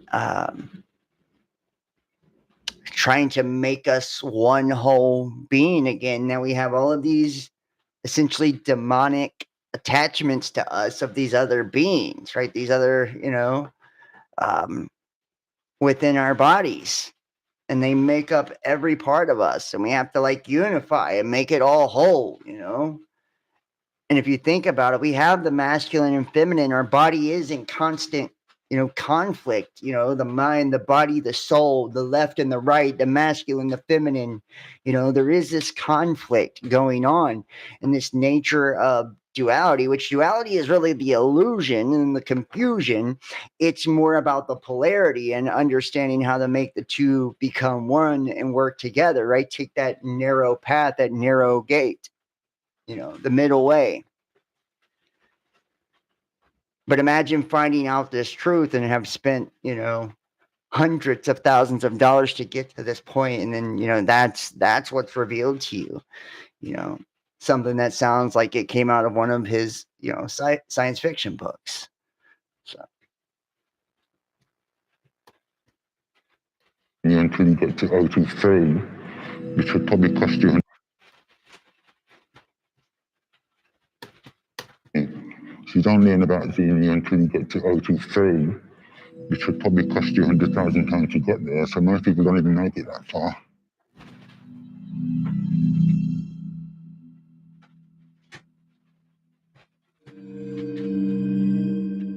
I first got involved with the church after reading a book of theirs.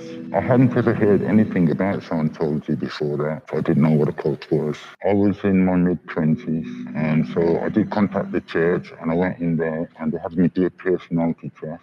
They kind of told me that I was a complete mess and I needed to do some Scientology courses to sort myself out. They actually used the 3 personality test as how to recruit people. That's the number one way of doing it. It produces like a graph to show where you're happy in life and where you're not happy in life. And they're looking for. And in the book Clear, it talks about how they have like this 4-step process, right? They do the test on you, and then it's like dispelling your reasons of why you don't like Scientology. So first, it's like taking, telling you you're fucked up. Second, it's dispelling all the reasons of why you don't like Scientology, and then third, it's telling you, finding out all your issues, dispelling all the reasons you don't like Scientology or would be hesitant to be a part of Scientology. Then telling you that they have the solutions to your issues and getting you to join. Basically, it's like a 3 or 4 step process to like get you into this. And then once they got you locked in into the process, then it's every class, every audit has a, you pay first. And until you get all these thetans out of you and shit like that, it's audit after audit after audit, phase after phase after phase, and it's like you're trying to work your way up the ladder. To where you're not happy in life, or what it is about yourself that you'd like to improve, and that they call your doing. And then once they find out what your doing is, they will use that against you, because they will make you believe that only Scientology can help you handle that problem. Within a few months of first going there, I started to work there, and they spent some time trying to recruit me to join them. I wasn't initially planning to do that. They basically wore me down. They'd take me to what they call a recruitment interview, and they'd keep me there for hours. And if I refused to sign the paper, they would say, okay, well, what I'd like to do is have a read of this, and then give me some materials to read. And they'd have me start reading that, and then they'd go away, and they'd come back an hour later, and they'd start again. That's pretty much how they do everything, how they get you to pay over money. So this one, stop asking you. Once I had agreed to do it, I had to sign a 2.5-year contract. Dad told me I'd be earning probably £200 a week, which turned out to not be true. I found myself working over 80 hours a week and earning under £5,000 a year. I was basically teaching people courses. I started at 9 o'clock in the morning and finished at 10 o'clock tonight, Monday to Friday. And at the weekends, I worked from 9 o'clock till 6 o'clock. Yeah, and even Leah Ramini was talking about how you're there every fucking day, right? You're committed to this process, and every day they're working this shit out on you every single day, and you're paying for each and every one of these things, and it's like it's a wonder why they have so much fucking money. Like I don't know how they've even through this Dianetics and all this. It's like how how they've convinced people, to pour so much money into this system that he's created. It's like I guess there's a sucker born every minute, right? I must have had about 10 days off in the whole time I worked there. They have you sign a contract, which puts you down as a volunteer, so they don't have to pay you the minimum wage. How they pay you is a proportion of what the organisation pulled in that week. It could be £80 one week, it could be £20 another week. You've got no control over it. They tend to cut you off from everybody, and first of all, by taking up all your time, they have you in there every free moment you've got. So you haven't really got as much time for friends and family, and you end up kind of cutting them off automatically. They also encourage you not to read newspapers or listen to the news, and they tell you it's full of lies. So I thought I was learning something. But since I've come out, I do realise that, yes, I was brainwashed by them. They get you speaking in their terms and their own language, and so you start to see the world completely differently. At one point, they did. Well, I mean, truth is the news is lies and shit like that. So, but you are seeing this common theme here. where once again, it's this, it's like you are dependent upon whether it's the cult leader or the cult doctrine, whatever it is, that's what you're dependent upon. And they all have their own way or method of doing this, like Heaven's Gate, they did it in a different style, right? Like the guy Doe, he was the representative. Only periodically a representative came from heaven, to bring everybody with them, and they all had to take off their skin suits by taking themselves out, and they preyed on people that felt incredibly outcast or rejected, right, and didn't fit in society. um and promised them that they were evolving to this higher level, this extraterrestrial shit, um and that and they all had their communal living. They weren't allowed to have sex. They weren't allowed to do all these different things. No outsiders, no nothing, right? Even castrating themselves and, doing the whole trans androgynous shit, right? To make themselves more, alien. But Doe was the teacher and everybody else was subordinate to him. And he was the only one with that higher level knowledge. Nobody could ever reach his level. So you always needed him to be able to learn. And he would get your mind ready for your vehicle. And he would get your vehicle ready, to go to the other side. It all had to go through him, and then the ones who learned under him, because he's the master, they're the students, right? So now that you've learned under this teacher that claims to be this, he said, oh, well, I've been here. I was Jesus. I've been here before, right? And that was another one of the times that we were here that was special. And the only thing religion and church and stuff is good for is to prepare you for when, I come, uh, and was incredibly technologically, savvy. They were, using the internet and technology and shit to promote themselves online, make money, all of this. And I even got a clip of like the mansion they eventually stayed in. They were going from campgrounds to campgrounds and shit in the beginning. Heaven's Gate was, but just like Scientology, by the end, they had a big fucking mansion, a big nice compound, just like all these other cults we're going to see tonight. They all have compounds, right? Eventually, because they take all their parishioners, all the people, the members of the cult, they tell them, like, you got to be willing to give up everything, right? All your life savings, your marriage, your children, walk away from it all, give it all up and follow me, join me, and I will take you to God, and I will give you this doctrine that you can't get from no one else. You can't get or find anywhere else. And this is what's going to take you over the top. And this is what's going to make you special. This is what's going to make you an ascended being. This is what's going to take you to the next level, right? And people, we have this, we have this desire to want to be different, to want to be special, to want to be unique. We have this within us. Every last one of us do. And you can say you don't, but you're a fucking liar. Right? We all want to be special. We all want to be special. We all like to think there's something special and unique about us. Yeah. Which is why, spirituality is dangerous. It's fucking dangerous. And I'm being for real. It's dangerous.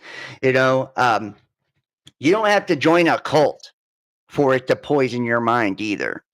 I can't tell you how many fucking people I have seen, start teaching, online, which teaching is, they're actually just creating content, but all of a sudden they think that makes them the teacher, like Doe, right? And then they start teaching, and because they teach online, which any fucking idiot could do, we can all pick up a microphone or a laptop or a phone, right, and speak into the shit. It doesn't mean we're qualified for anything.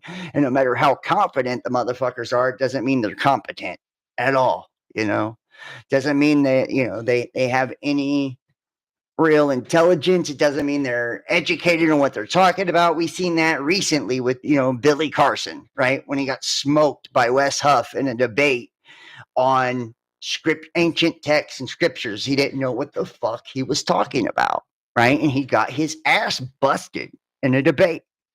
Yes, it was an ambush, but still, if that's what you specialize in, you should know that shit. You should know that shit. You should have that shit memorized. Could nobody jump out on me about the stuff that I know about, and just catch me off guard to the point to where I just look stupid and foolish, to where like my jaw,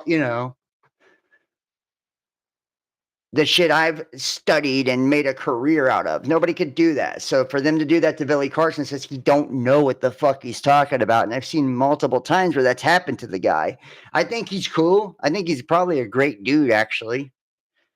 I just think, celebrity poisons people's mind, for one, right? And they start to believe that, some people aren't meant to have power, whether it's cult leaders or celebrities or the boss at work or whatever. They're just not meant to have power over other people. They can't handle it. It goes to their fucking head. They either become, unstable and can't handle the pressure of power, or they become too fucking controlling and crazy, when they have power. Or they become condescending and believe everything they say is right and that they can't be challenged and that they're never wrong, right? And they know it all because they have influence, because they have power, right? They can't be taken down. They can't be toppled. They can't be stopped. And God serves people some humble pie now and then in those situations. Billy Carson, I believe, got served that, right? Absolutely humiliated by, a kid, basically. Yes, that guy was, I don't think it was that impressive. It was just Billy looked that foolish, that foolish, because he had nothing to say back to what the guy was saying. And it was like everything he talked about, he was just, paraphrasing shit out of books and it's like same thing with the cult leader Doe, like he's talking about, anybody can take scriptures and shit and twist them and make them sound however they want. Anybody can take, these type of things and spin it, and put an angle on it or a slant on it the way that they want you to perceive it, to support their ideology or their belief. And if you mistake confidence for competence,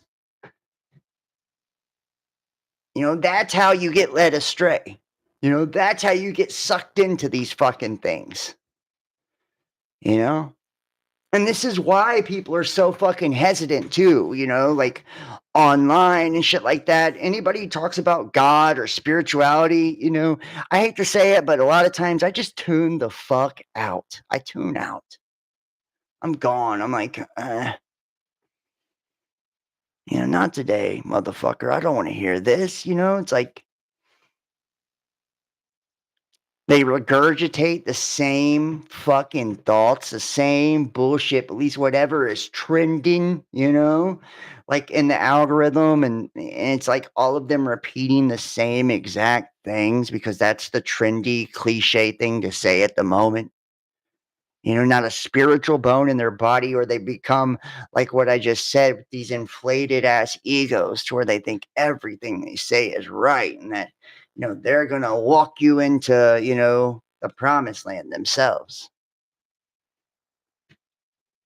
And these are the type of personalities that then go out and,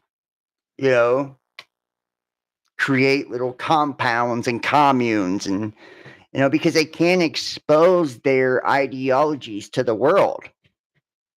It can't be exposed to opposition, to questions. It can't be put under the microscope because truth stands on its own. Their truth can't stand up on its own. So they have to hide it, isolate it. And when they isolate you, they make you weaker, right? It's like the lion chasing the gazelles,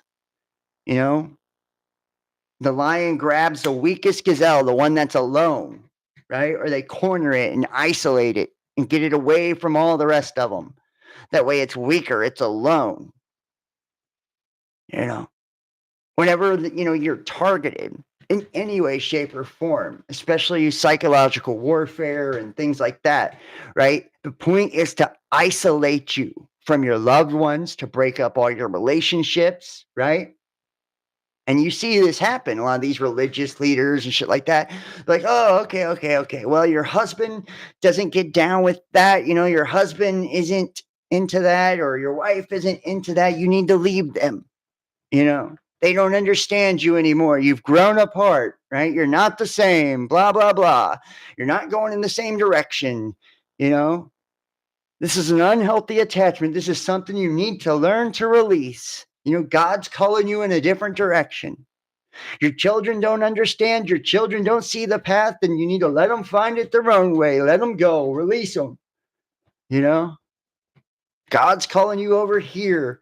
You're being called in a different direction. And then you see people use the same bullshit because narcissists are cult leaders, but they're in a cult of one. Narcissists are cult leaders, but they're in a cult of one. One more time. Narcissists are cult leaders, but they're in a cult of one. They will take bullshit to justify their behaviors, their choices, the same exact way, right? The same exact way.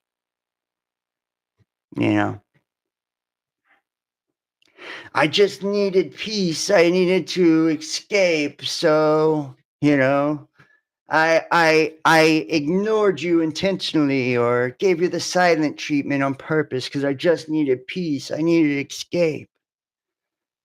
Me and my husband just, they just, they weren't allowing me to grow. We weren't seeing it the right way. We weren't, so I'm being called in another direction in life. I'm being called on this journey to go across, state with the pool guy.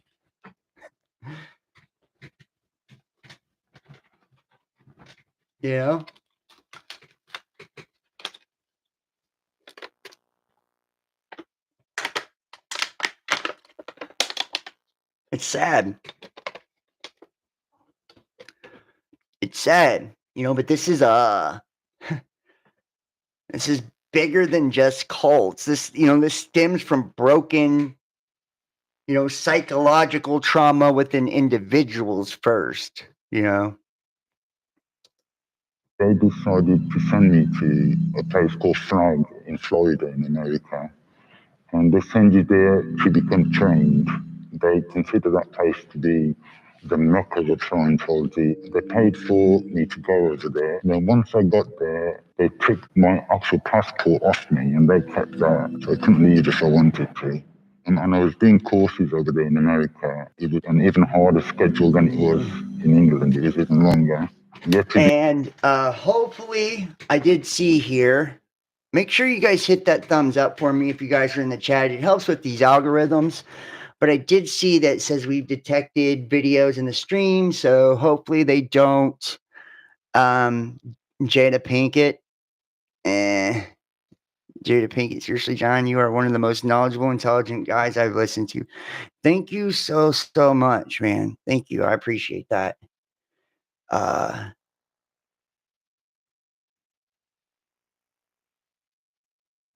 What's wrong, Sam?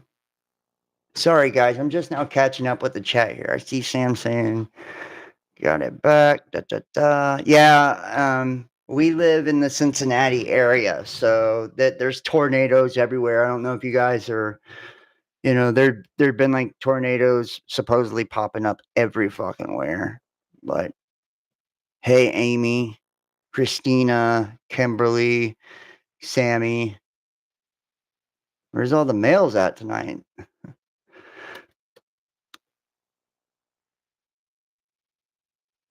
Melopedia. There we go. There's Tim. Hey, Tim. Nice to see you, brother.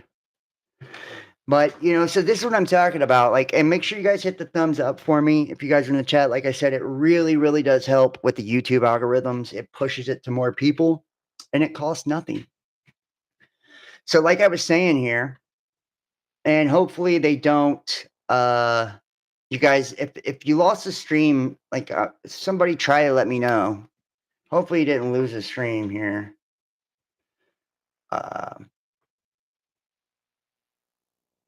Fuck. Where is I at? And we're gonna check out this document here. Hold on. Let me close down some of this shit for you guys. Got Scientology documents and all kinds of shit. Oh, and we're gonna listen to the little 8-minute deal behind Xenu real quick too by L. Ron Hubbard. Right here it is. This is him explaining Xenu himself. But so this is, like I said, this is something broken within people in general, guys. This isn't just fucking cult leaders and people in cults. You see, and this is why I wanted to do this. I know this probably won't be one of my more popular ones. I always find it's to me it sucks. It's like the ones I'm the most excited for are the ones I think that are the most important. Are usually the ones that don't do the best. They do the worst.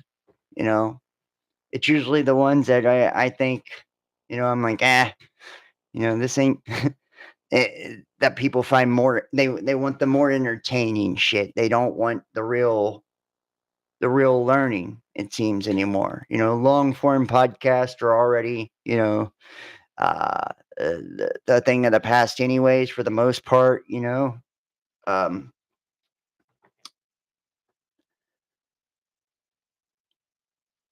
But I also feel like there is this part of people that don't like to hear things that they feel convicted about within themselves also. When you start pointing this shit out, especially like, the new age, new thought bullshit, and where you do see people take on, and like I said, narcissists are in a cult of one, when they take on these fucking toxic personality traits with these inflated egos and sense of self and these God complexes, to where they have enough, they just like, these cults and that we hate so much, right? That are controlling the world, these elites and Freemasons and OTOs and Illuminatis and all of that, right? We hate them so much. They're so evil. They call us useless eaters. They call us the profane, right? Well, what do you call the people that don't subscribe to your beliefs? And don't fucking lie. Be honest. Don't fucking lie. Be honest. You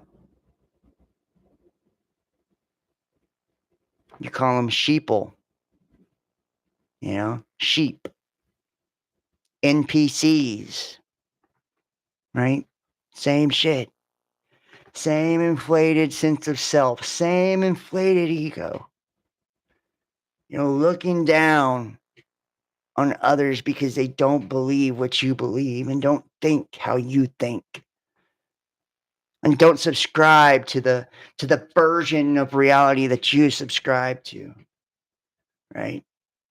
You see them as weak-minded, weak-willed, cowardly, stupid, impressionable. Say you don't.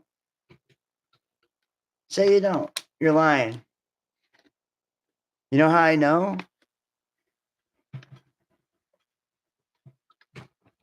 Because I have too. And I still do too sometimes. I got to catch myself. Got to catch myself. It's like getting this elitist mentality because and it's like, that's something I never fucking want. I never want to have an elitist mentality. First off, I feel like I'm always kept humble, You know, my girl will never let me get too big for my britches, for one. I try not to let myself get too big for my britches either. You know, I have family and shit like that that keeps me grounded. Um, you know, and not thinking like I'm better than other people because I have money, which we know there are people like that, like people that are very wealthy and very rich. I'm poor, but people that are very wealthy and very rich, and I'm not poor in spirit, you know, but I'm not rich monetarily. And people that are look down on others who aren't, you know. But you have people that, because they have this, and I believe it was Jordan Peterson that was talking about Lucifer, right? And that Lucifer is the intellect, and that the intellect is the most dangerous thing. And think about in the Heaven's Gate cult, they were talking about it was the mind that they identified with, the intellect. And that's why he had this God complex where he was, you know, he believed he was this chosen one from God that only comes periodically to save everyone, and that he was also Jesus and shit like this, you know. But that intellect, you know, especially if you're very intelligent, which a lot of you that are watching this, you are intelligent. I've spoken to you, you know.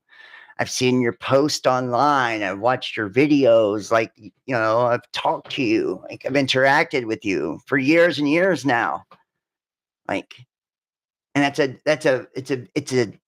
tempting thing, right? To be intelligent, especially, you know, in something like spirituality, right? Esoteric, the occult, you know, something that's been hidden from everyone else, but you've cracked the code, right? Something where nobody else is really advanced or evolved, but a rare few, right? And those that they call elite in the world are the ones who are the most developed, and you feel like you're one of them, you know. And be honest, if I'm speaking to some of you, I'm speaking to some of you. If I'm not, I'm not, you know. You know, but feeling like that sense of power of like, I know something others don't. I know the secrets. You know, I know the mysteries of the universe. You know, I'm special. I'm one of the elect. I'm one of the remnant. I'm one of the chosen. How often do we hear that? Chosen ones. If you're a chosen one, people are going to hate on you. Blah, blah, blah, blah, blah. Every time I see those videos, I want to. If you're a chosen one, right? The arrogance, the ego, right? Do you see where, and like, this is why spirituality isn't shut down on social media and shit, guys, because they know how nasty it turns out to be when it gets into the wrong hands. They know how nasty it turns out to be when it gets into the wrong hands. Like I said, a narcissist is in a cult of one. You know, that's where they perverted the self-love ideas and shit. It's really selfishness in disguise, right? It's selfishness in disguise. I'm going to love myself. I'm going to choose me. Of course you are. You've always chosen you. That's what selfish people fucking do. You know? Like, don't act like you're doing something different now and try to paint it as spiritual or fucking awareness or, you know what I mean? Wokeness or whatever you want to, you know, paint it as. That's bullshit. You know? You've chosen yourself ahead of everyone and everything your entire life. You know? I'm going to choose me. I'm going to put me first. I'm going to love me. Well, congratulations for doing the same exact thing you've always did and everyone else on planet Earth does too. You know? Oh, this victim mentality, right? to where they're being put out by putting others first. Oh, I'm being victimized if I put others at first, right?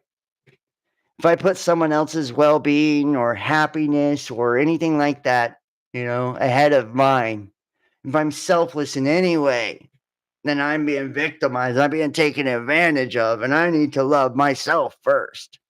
I need to make sure I'm happy and comfortable and everything's good and cushy with me. And then, right? And then after that, as long as it's not an inconvenience in any way, shape, or form, and it goes exactly with the things I want, then I'll do for others. Right? It's like people don't even hear themselves. Like, they are good fucking people. They believe they are so as hell. They believe they are so high consciousness and high vibration. How many times do we hear people talk about creating their own reality, right? I can't listen to negativity. That's not in my reality. Yeah, it is. Yeah, it is. Yeah, it is. You want to know how it is? When you're intentionally ignoring something, ignoring someone's cry for help, ignoring someone's pain, ignoring someone's hurt, because it's an inconvenience to you, because you don't want to bring down your vibration, or you don't want to have, you know what I mean? Like, that's evil. That is evil. That is evil. That is selfish, and that is evil.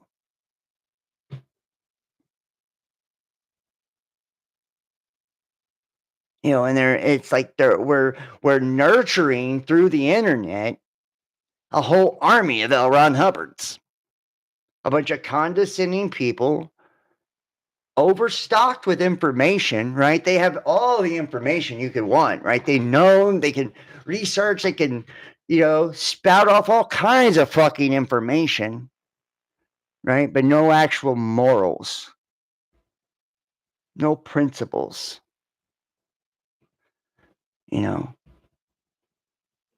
They either do it one of two ways. They either want to try to please everybody in their lives, right? And then, and in doing so, like that fake good guy, like, I'm going to please everyone. I'm good to everyone, right? Like that type of thing. And they end up being loyal and good to none because, they've tried to be good to everyone.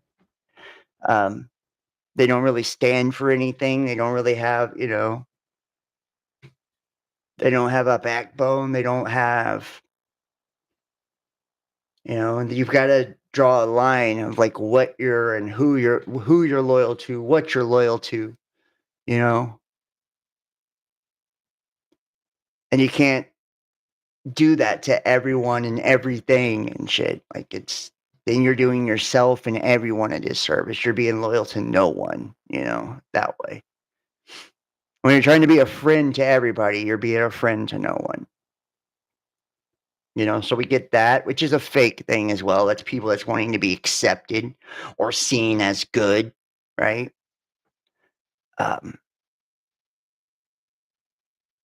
Which are a lot of the people that get swept up in cults and shit, just to be honest,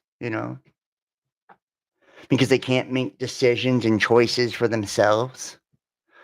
They get into situations and they're afraid of change. They stay where it's comfortable, right? So even if it's a dire situation like this, they feel accepted.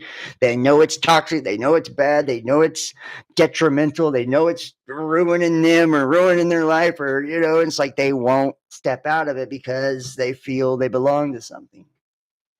They feel safety and security in the known,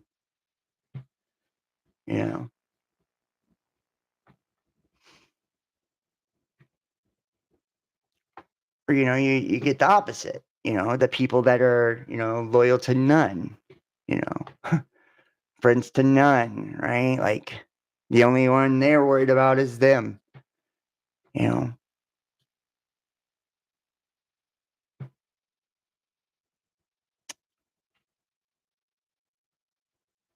it's like, is this a reflection of society, right? This way that we became, you know, and groups like this kind of like manifesting and popping up periodically is just a reflection or a symptom of our own psychosis, mass psychosis, you know. So this is the History of Xenu by L. Ron Hubbard. Like I said, everyone, please, please, please hit the thumbs up for me if you guys are in the chat. Hopefully they didn't kick off the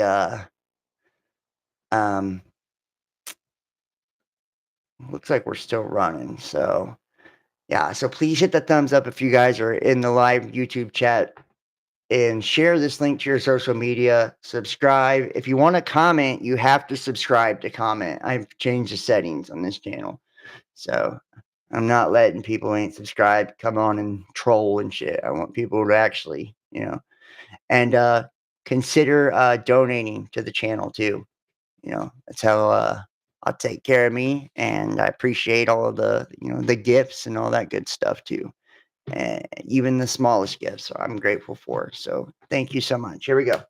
Stars and its 76 planets.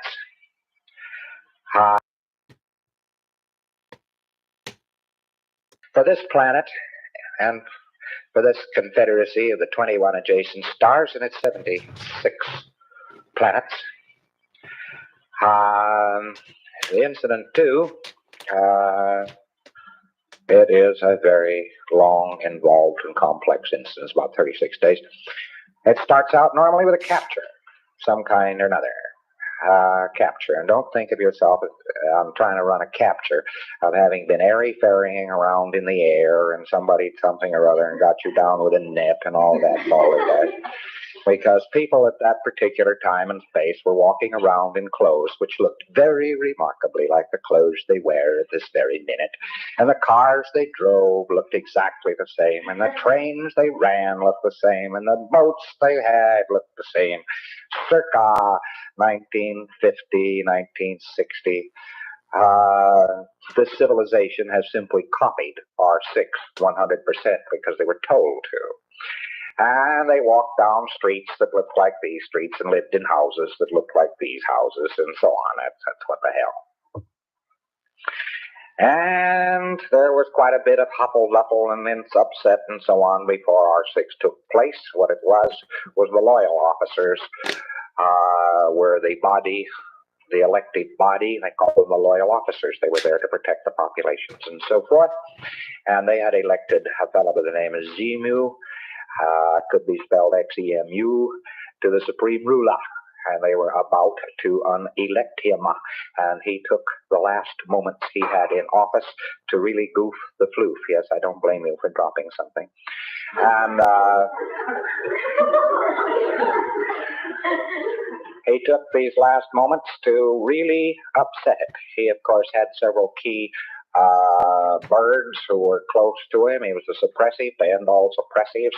He got these administrators and so on and heads of planets in various positions and places. He picked out all the cowboys in the white hat, and he got rid of them first, fast, and then troops, not knowing what the hell they were doing, but fed all kinds of false orders, were fed in against the population to pick them up, one after the other. Rat-a-tat-tat-tat-tat-tat-tat. One of the mechanisms they used was to tell them to come in for an income tax investigation.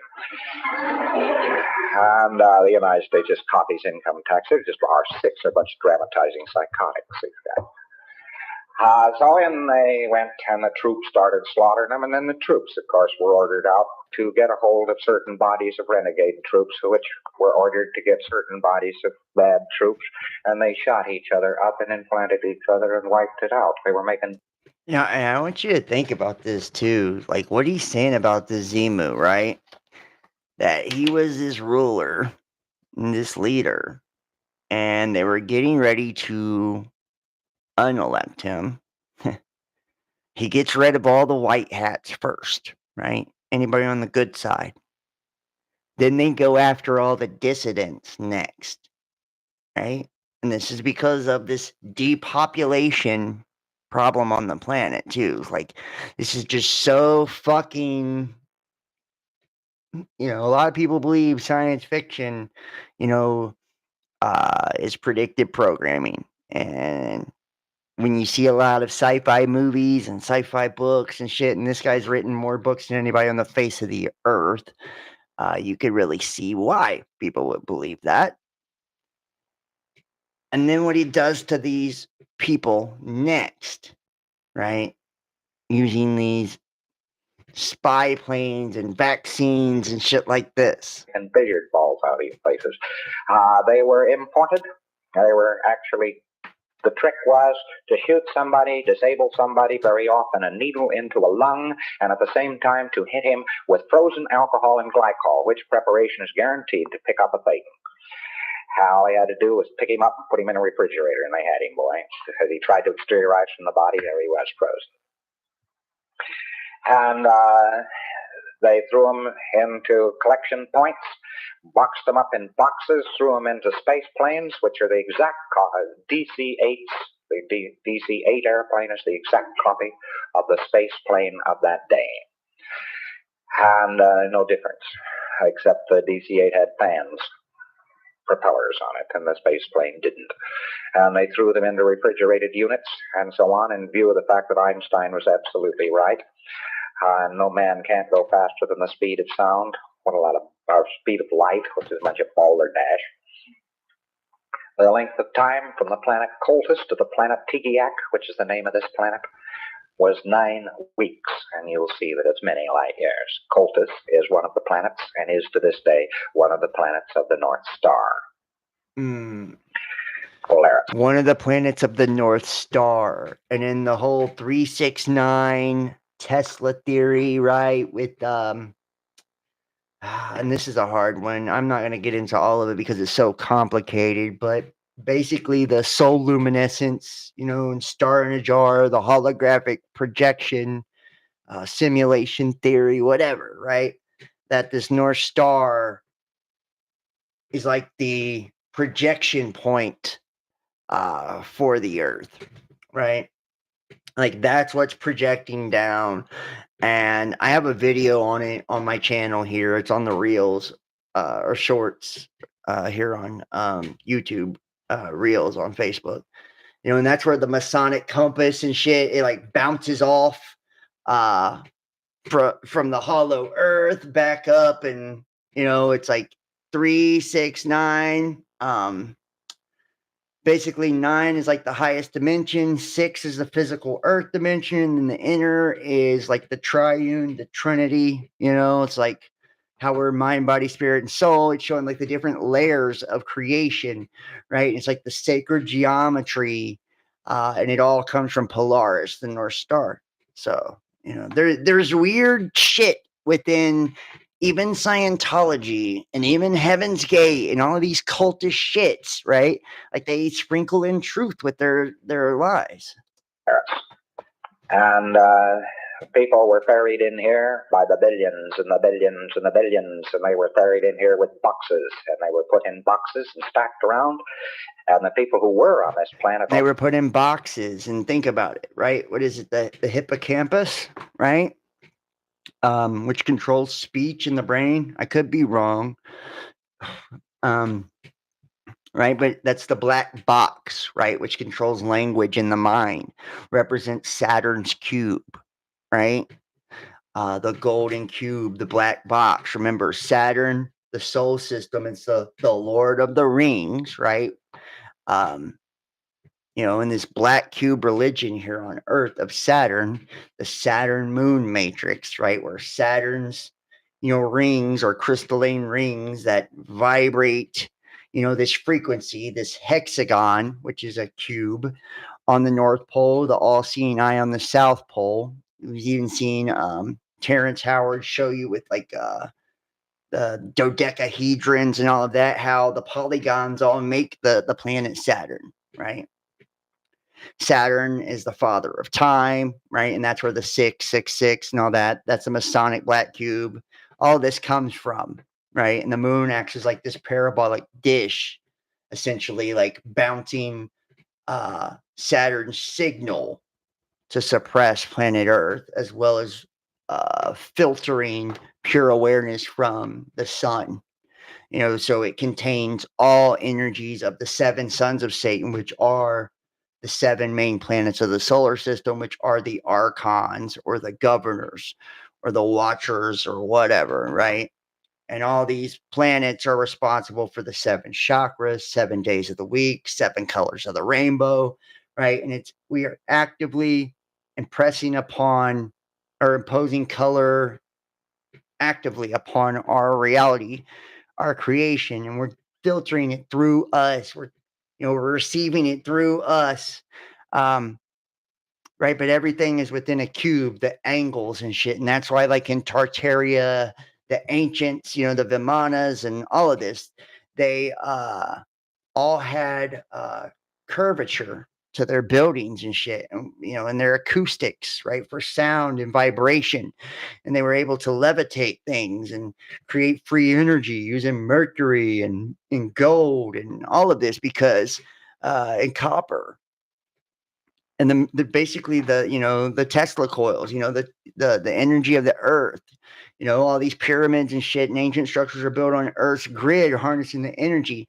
And then we have now everything is very angled, right? Arch angles, right? These angles, 90-degree angles, and angles actually trap energy. They trap light. So, which is the cube, right? And Jesus being on the cross, right, is the cube broken open. So he's like broken out of the box because he's the Christos, the Christ, which is the anointing, and they place that crown of thorns on his head, showing like, you may be free in your spirit, but we'll always control your mind. And it's already just caught it in the government, to govern, to control. Mental mentality, your mind. The teeth. They weren't bothered. Nobody bothered to pick them up. They just shot their administrators from guns and shot their control points out. And they took these people in boxes and so forth, and they dumped them, and then they set off hydrogen bombs on the top of each primary volcano there is on this particular planet.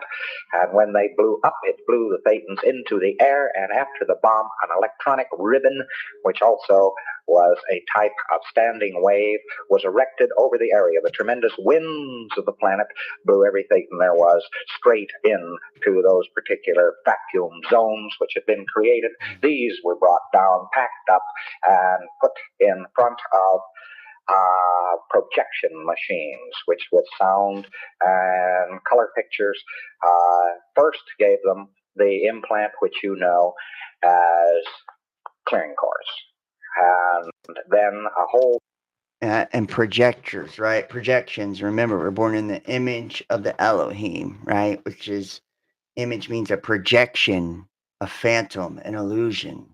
Track implanted, which you know as OT2. After this, however, about the remainder of the 36 days, which is the bulk of them, is taken up with a 3D super colossal motion picture, which has to do with God, the devil, space opera, etc. They go 5 pictures to 5 words, and we have the full record of what it is. And it goes on for about 36 days. Then these poor bastards were let wander out. Pardon me. They were then boxed up again, and the boxes were mixed, so that there were 2 assembly areas. One was Las Palmas, and the other was Hawaii. And in these 2 assembly areas, they took samples from each volcano area and put it in little boxes. They had an assembly line, and at Las Palmas, it runs down the main street of Las Palmas. We had more damned accidents on that main street you'd shake a stick at. One of our captains was feeling rather queasy until I told her, well, the old assembly line of R6 is just 25 feet from you as you lie here on the slipway. That blew the charge. The towns that were left and so on were just battered into ruins, where you had the renegades that had been hired and so on, and the administrators that had been loyal to Xenu were still trying to hold out. Within a year, he was under arrest, and within 6 years, The lot had been wiped out.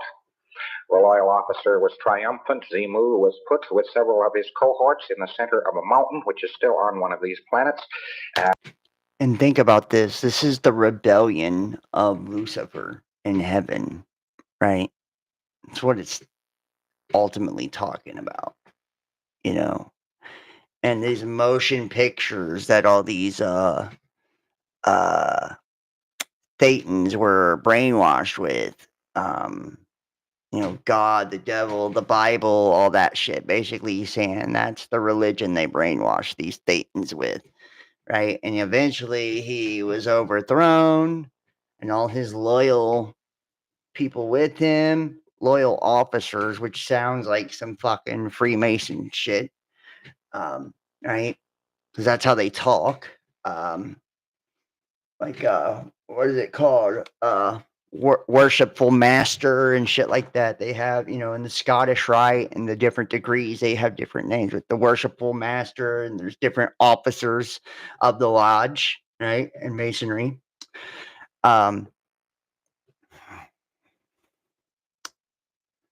You know, and then he's overthrown and he's put in a volcano, which is hell, magma, right? Hell, this bottomless pit, this abyss of hell.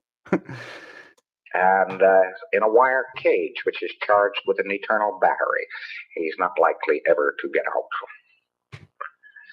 There's a base on this planet, and it is so shredded away as to be hardly recognizable. Wherever, then, he's in a wire cage with an eternal battery that charges it. We are probably that battery that's charging this. Right? That wire cage is the permanent electromagnetic field. Never likely to get out, and it's been so shredded that you would not recognize it. And think about the story of Tiamat being blown up in a million pieces and the earth being what's left of Tiamat. Anybody tries to do anything about this, he's apt to get a flashback. So you mustn't go around talking about being the people who are going to save the planet. You are the people the planet obeys. You are the people who own the planet. You are not the people who are going to save the planet. And thereby you will save it.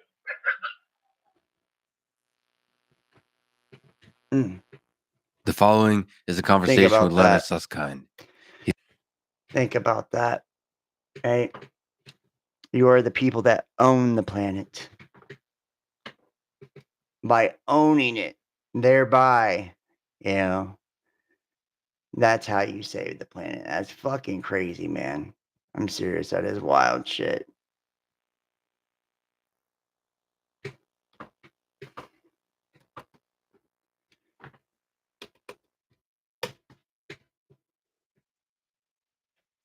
We're about to skip to some other ones, but the first principle of my own philosophy is that wisdom is meant for anyone who wishes to reach for it. It is the servant of the commoner and king alike, and should never be regarded with awe. The second principle of my own philosophy is that it must be capable of being applied. Learning locked and mildewed books is of little use to anyone, therefore of no value unless it can be used. The third principle is that any philosophic knowledge is only valuable if it is true or if it works. These three principles are so strange to the field of philosophy that I have given my philosophy a name: Scientology. This means only knowing how to know. A philosophy can only be a route to knowledge. It cannot be crammed down one's throat. If one has a route, he can then find what is true for him, and that is Scientology. Interesting, right? Interesting.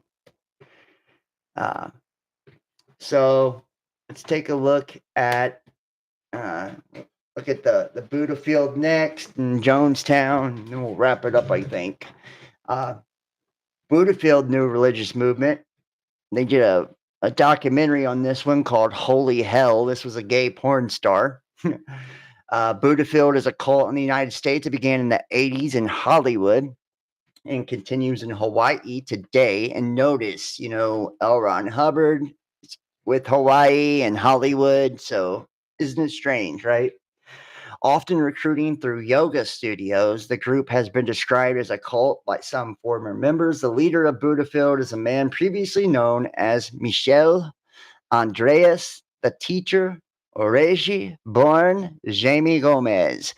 He once known to wear nothing but swim briefs and eyeliner. He is featured in the documentary film Holy Hell, and he's also featured on the Netflix series How to Become a Cult Leader.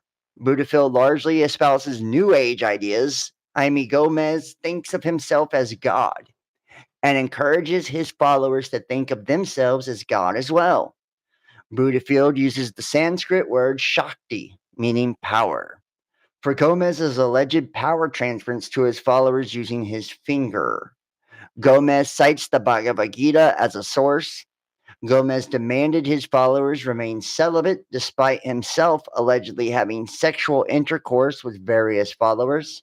Drugs and alcohol were also banned from use while in the group. Buddhafield followers changed names while in the group.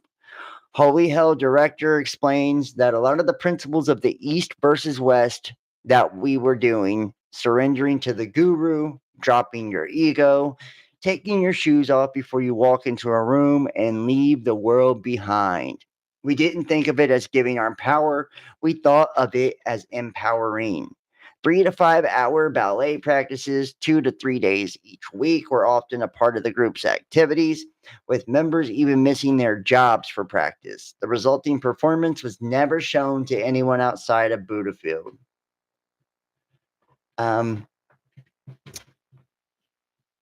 Gomez voiced his anxieties after the Waco siege, which we have that also. Pinpoints this is the moment when Gomez's paranoia began. He left his followers for 6 months to find a new location for the group. He also began to undergo increasing amounts of plastic surgery. So let's take a look at some of this here. Here he is, Buddhafield cult leader Jamie Gomez. Loved wearing Speedos and eyeliner. And there he is. And this is from the How to Become a Cult Leader. Yeah, okay, so Jaime Gomez was Buddhafield's leader and founder. He was born to a wealthy Venezuelan rancher and came to the United States to become a movie star per CNN. At that point, he legally changed his name to Michel Rostand, but his dream was rather short-lived. A former cult member, Radia Gleese, spoke to the Daily Star, describing Gomez as just a lovely guy, smart, funny, good-looking, and charismatic. I loved him. When he was running the cult, Jaime went by Andreas or the teacher and was sometimes called Regi or God King. He had a non-speaking role in Rosemary's Baby, the iconic horror movie. Buddhafield was a former cult that Gomez founded, where he thought of himself as God. He was known to wear Speedos and eyeliner, blah, blah, blah. Okay, so let's see if we can just get some clips of this now.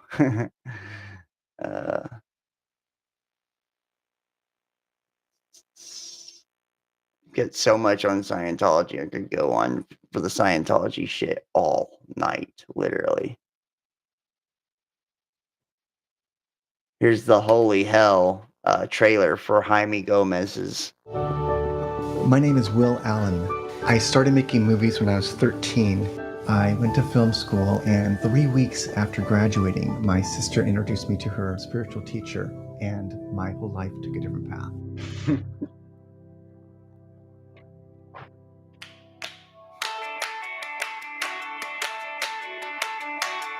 It was the middle of the 80s, and we wanted something different. They were so alive, living from their heart and playing and jumping in ice cold rivers and hiking through the forest at night. And oh my God, I want me some of that. We started it. This is what we wanted. It was our little utopia. And we were all there because of this one man. He's very charismatic, like a child, very playful. He could dance, he was artistic, he was all those things we all wanted to be. He was just this beautiful, silent entity. And I said, I would follow you anywhere. My films elevated him to the role of an awakened master.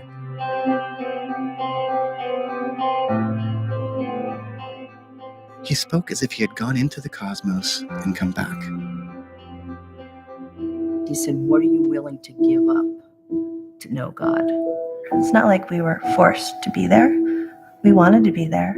He always told us we're an anti-cult. I was hallucinating, colors were moving around him, and I thought, I found it. I really felt like I had a purpose in my life. He just became stranger and stranger and more paranoid and more possessive. You can't say no. No is against the rules. He wanted to be worshipped. He wanted to be God. If you can stand naked in front of your master, you can stand naked in front of your God. What's the scientific, rational explanation for this madness? It was so hard to believe, but I trusted him. I never dreamed it would happen like this. I thought we would be together our entire lives.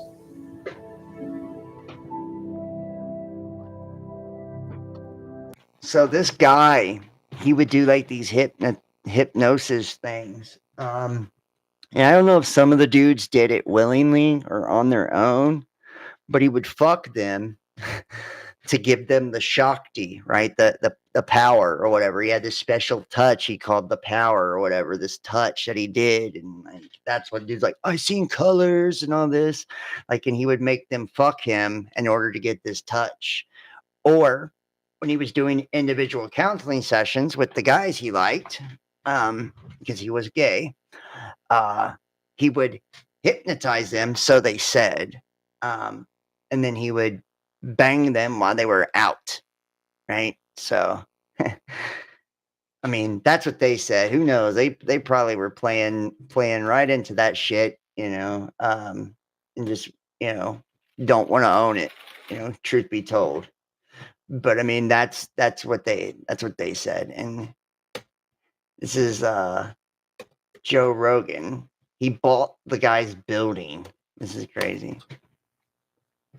Get out of town. Yeah. I didn't know the extent of it until I was already in the deal, until I already signed the contract. My friend Adam called me up. He goes, hey man, you watched the documentary on this cult? Adam Egget, who's our talent coordinator. I go, no. He goes, oh, it's bad. You should watch it. He goes, it's fucking crazy. It's called Holy Hell. Yeah. It's about this dude. His name is Jaime Gomez. And he was a gay porn star and a hypnotist. And he started a cult in West Hollywood. He was teaching people yoga, and he got a bunch of young disciples. And they believed that he was a guru, and then he was God energy, and he convinced them. And he ran this game for like 10 fucking years. Maybe he was hypnotizing people. He was 100%. That's how he got in trouble. They all started talking because one guy left the cult. When he left the cult, he sent a mass email saying, hey man, this guy's been hypnotizing me and fucking me for the past 10 years. And then they all started talking about it. And they all started sharing the email, and they all started sharing their stories with him. They had all kind of kept it under wraps. And this guy was doing this, and he escaped LA because they were after him. It was right around the time when Waco went down, and the Cult Awareness Network was like going after cults. And so they escaped. He changes his name again. His name was Jaime Gomez. He changed his name to Michelle, and then he changed it again to Andreas. And that's when he moved to Austin, and he built this place called the One World Theater. And this is the place I bought. So all these poor lost kids, they built this place for him. They were his disciples. They didn't have contractors. The cult members built the place. On the hypnosis. Well, I don't think that was under hypnosis, but what he would do is he'd give them therapy every week. He'd charge them money, charge them $50 for therapy, and then he'd fuck them. This guy. You should watch the documentary. The documentary is wild because holy hell. Yeah, because like we were talking about cults. Here's the thing. In the beginning, it was working. In the beginning, it looked like fun. Because I think in the beginning, he was young and hot. He's a beautiful man, especially when he was young. And he had this crazy body, six-pack. That's when he's getting older. But when he was young, when he was a gay porn star, he was a beautiful man. And I think he probably got plenty of dick already. He didn't have to fuck his disciples. And he just had these people that were like washing his feet, and he was teaching them yoga and telling them that they're all God energy and everyone's God and I'm God. And he even got so far with the hypnosis that he convinced these people that he could give them the enlightenment. He could they could touch them. I think he called it the knowing. The And it would be like knowing. this big thing. You had to earn the knowing. But when he gave it to these people, just the power of suggestion, these people were like they were having these like ecstatic psychedelic experiences, like they encountered God. And it Now imagine, dude, imagine, you know, and we see this shit. See, and this is the thing. There isn't one fucking element from tonight that you haven't heard that you couldn't apply to individuals, right? And their weird bullshit, narcissist shit, right? Self-proclaimed experts and shit like that, or uh to religious leaders, right? And religions, right? How many churches would be like, oh, let me lay my hands on you and heal you, or they touch them and they pass out, and you know what I mean? Like every fucking bit of it, right? Every bit of it. The isolation from other people, like all of it. lasted for days. These are people talking about this after they left the cult, after they knew he was a con man, after they knew that he'd just been hypnotizing people and fucking them, and he was just full of shit and getting plastic surgery and all kinds of wild shit. Even though they had gone through all that, they still went back and talked about when he would do that to them early in their life, and that they really did like experience God. They was on shrooms. I don't think they were. I think it's the power of suggestion, because I've seen it at. Have you ever seen a comedy hypnotist? Yes. They can do. Yeah. So, and think about that. All this time later, you know, they're fucking literally still revering this experience like it was their, you know, their closest moment to God they've ever had, even after knowing all of it. You know, that is wild when you truly think about it. Finally, we are going to switch over to man, I've got so much. I might have to do a part 2 on this one. Honestly, I really want to get a lot of all this shit out, but where's it at? We're gonna go to Jonestown now, and this is fucking bad news bears right here. I'll show you. Where's the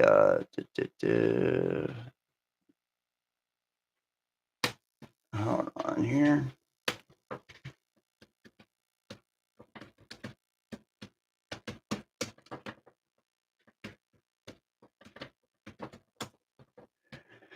So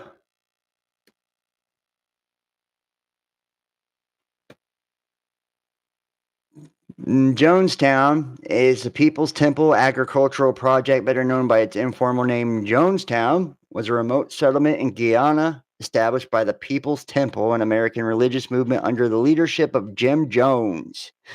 Jonestown became internationally famous when, on November the 18th, 1978, a total of, is that right? 918 people died at the settlement at the nearby airstrip of Port Kayatuma at a temple-run building in Georgetown, Guyana's capital city. The name of the settlement became synonymous with the incidents of these locations. Ooh. Where is that? Wow. 909 individuals died at Jonestown itself, and 2 from apparent cyanide poisoning. All but 2 from cyanide poisoning. Jesus. They were injected against their will. Referred to it as a revolutionary suicide.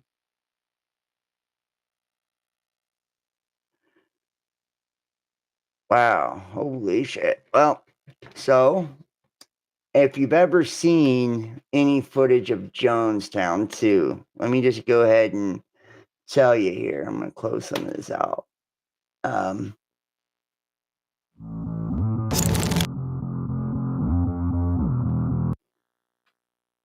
Ever seen some of the footage of Jonestown? Holy shit, buddy. They have in their church, when I seen some of this shit, man, it was mind blowing because it was like it looked beautiful. They always look so beautiful. It's like black and white people fucking holding hands and just like loving on each other. It's like this really beautiful thing. So this is the aftermath after kept locked up Jonestown. by the temple leaders to make it difficult for anyone filled with performed today on the body of the founder of the People's Temple, Jim Jones. His sons who were simply going to sleep. Some had pillows beneath their heads. Some died alone, separated by own families until the end. Babies were fed the lethal potion with it's believed each lived about 5 minutes after swallowing a mixture of cyanide and a flavor. Custody by the Guyana police. Another arrest was made today of a member of the People's Temple, the man identified only as Tim Carter, the specific charges not immediately announced. Wow. So let's see if I got the footage here. Yeah, here we go. So I'm just gonna let you see a little clip of this dude preaching, and then we're gonna listen to some of the final one.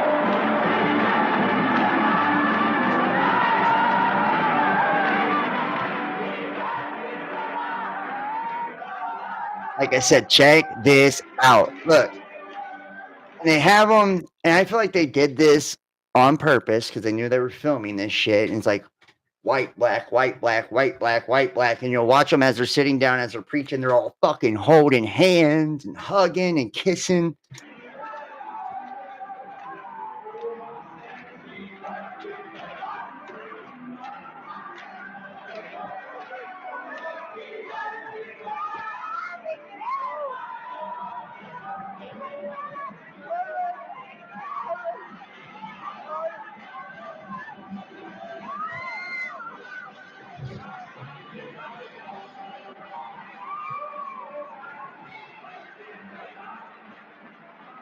All starry-eyed looking at him. Now with each of you, with a fond embrace, a salutary kiss of greeting to your neighbor, let's fill this atmosphere with warmth and love.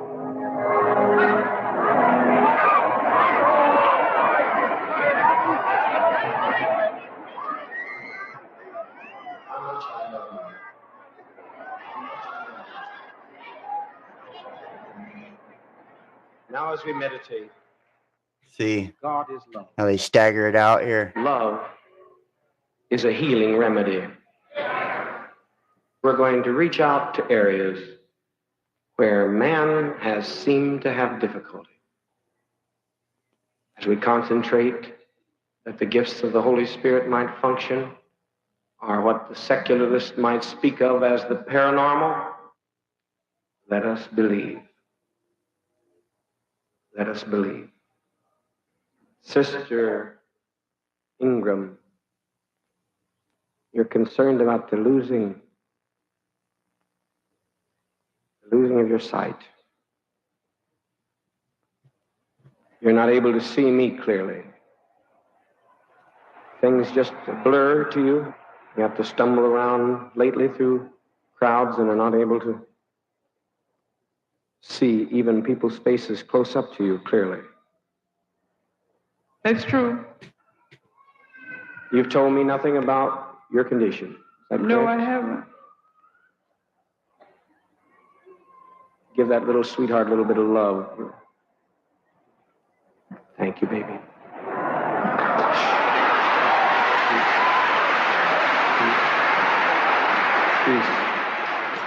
Yeah, little sweetheart, a little bit of love. Now, thank you, baby. take your glasses off. Let's just dare in our faith. We've seen Sister Brown here, who was blind, totally healed. Saw one of our sisters blind from her childhood. It could be hysterical blindness, whatever. We're not concerned. She was blind and could not see. Now, look at my face. I'm going to hold up some fingers. You concentrate hard. I love you. The people love you. And most importantly, Christ loves you. What do you see? How many fingers? 3.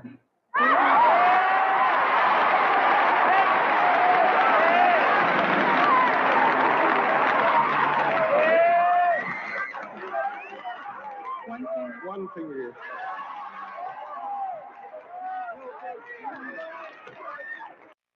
Yeah, so that's what the church is like.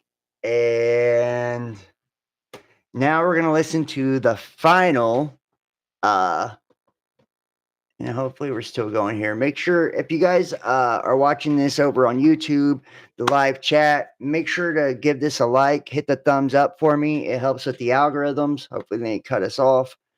And like I said, please, please, please share this link for me to your social media and make sure to subscribe, click all on the notifications bell and comment. You know, I will be checking the chat and all that good stuff. And, you know, consider donating and supporting as well. We're completely viewer powered. All the links are in the chat and in the description box down below. And all of your gifts are greatly appreciated. Your support is greatly appreciated. So here we go. This is the Jamestown mass suicide tape. Viewer discretion is advised.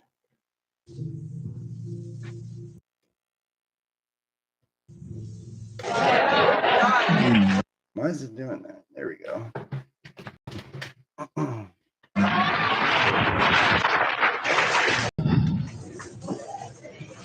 But in spite of all of that I've tried, a handful of our people, with their lies, have made our life impossible. There's no way to detach ourselves from what's happened today. Not only we're in a compound situation, not only are there those who have left and committed the betrayal of the century, some have stolen children from others and they're in pursuit right now to kill them because they stole their children. And we are sitting here waiting on a powder keg. I don't think this is what we want to do with our babies. I don't think that's what we had in mind to do with our babies. It was said by the greatest of prophets from time immemorial, no man takes my life from me, I lay my life down. So to sit here and wait for the catastrophe that's going to happen on that airplane, it's going to be a catastrophe. Almost happened here. Almost happened. The congressman was nearly killed here. But you can't steal people's children. You can't take off with people's children without expecting a violent reaction.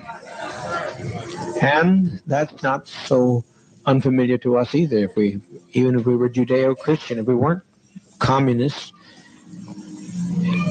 the world, the kingdom suffers violence, and the violence shall take it by force. If we can't live in peace, then let's die in peace.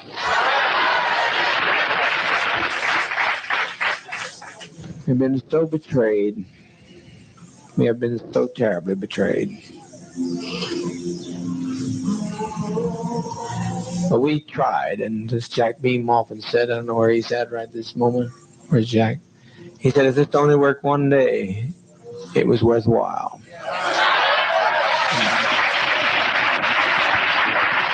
Because what's going to happen here in a matter of a few minutes is that one of those people on that plane is going to shoot the pilot. I know that. I didn't plan it, but I know it's going to happen.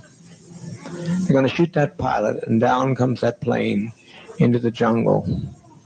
And we had better not have any of our children left when it's over, because they'll parachute in here on us. I'm telling you just as plain as I know how to tell you. I've never lied to you. I never have lied to you. I know that's what's going to happen. That's what he intends to do. And he will do it. He'll do it. Fortunately, being so bewildered with many pressures on my brain, seeing all these people behave so treasonous, it was just too much for me to put together. But I now know what he was telling me, and it'll happen if the plane gets in the air, even. So my opinion is that we be kind to children and be kind to seniors and take the portion like they used to take in ancient Greece and step over quietly, because we are not committing suicide. It's a revolutionary act. We can't go back. They won't leave us alone. They're now going back to tell more lies, which means more congressmen, and there's no way we can survive. Anybody? Anyone that has any dissenting opinion, please speak. Yes. You can have an opportunity, but if our children are left, we are going to have them butchered. We can make a strike, but we'll be striking against people that we don't want to strike against. We'd like to get the people who cause this stuff, and if some people here are prepared to know how to do that, to go in town and get Timothy Stone, but there's no plane. There's no plane. You can't catch a plane in time. He's responsible for it. He brought these people to us. He and Deanna Myrtle. But people in San Francisco will not be idle over this. They'll not take our death in vain, you know. Yes, Christine. Is it too late for Russia? Here's why it's too late for Russia. They killed. They started to kill. That's why it makes it too late for Russia. Otherwise, I'd said, Russia, you bet your life. But it's too late. I can't control these people. They're out there. They've gone with their guns, and it's too late. And once we kill anybody, at least that's the way I've always put my lot with you. If one of my people do something, it's me. And they say I don't have to take the blame for this, but I don't live that way. They said deliver up Ujara, who tried to get the man back here. Ujara, whose mother has been lying on him and trying to break up this family, and they've all agreed to kill us by any means necessary. You think I'm going to deliver them, Ujara? Not on your life. No. No, you're not going. You're not going. You're not going. I can't live that way. I cannot live that way. I've lived for all, and I'll die for all. I've been living on hope for a long time, Christine, and I appreciate you've always been a very good agitator. I like agitation because you got to see two sides of one issue, two sides of a question. But what those people are going to get done, what they get through, will make our life worse than hell. Will make the Russians not accept us. When they get through lying, they told so many lies between there and that truck that we are done in as far as any other alternative. Well, I said let's make an airlift to Russia. That's what I say. I don't think nothing is impossible. Well, how are we going to believe it? How are you going to airlift to Russia? Well, I thought they said if we got in an emergency, they gave you a code to let them know. No, they did. They gave us the code that they'd let us know of an issue, not us create an issue for them. They said if they saw the country coming down, they'd give us the code. They give us a code. You can check on there and see if it's on the code. You can check with Russia to see if they'll take us in immediately. Otherwise, we die. I don't know what else you say to these people. But to me, death is not a fearful thing. It's living this treachery. Does anybody think, like, on this too? It's like he sounds like his speech is a little slurred, right? Like he's got a lisp, or like his speech is slurred. Maybe he's been drinking, or I don't know. But you can hear this lady; she doesn't want to die, and the whole crowd's going with him.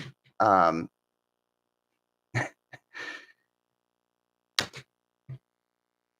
never seen anything like this before in my life. Let's see. It's suicide. They have done it. Stone has done it. Somebody ought to. Somebody. Can they talk? Can they not talk? Be feared. It is not to be feared. It's a friend. It's a friend. You're sitting there. Show your love for one another.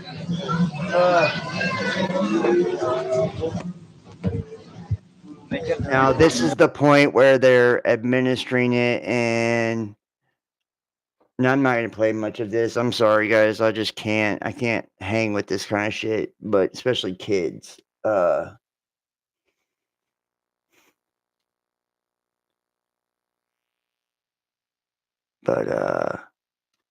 Cyanide. Let's take a look just really quick here on the cyanide tip.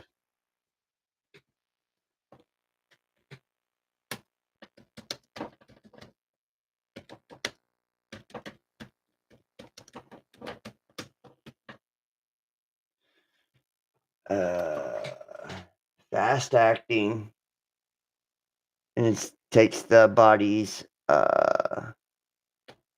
ability to produce oxygen.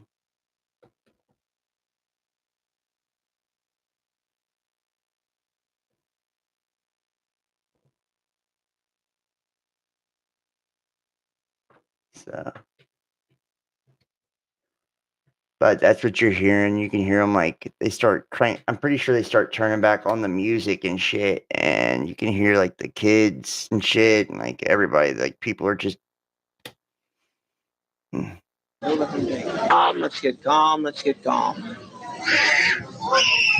See, they're giving them. We had nothing we could do. We can't separate ourselves from our own people.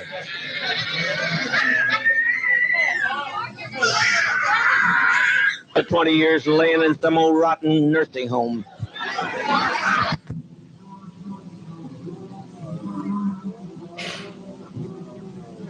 Taking us through all these anguish years.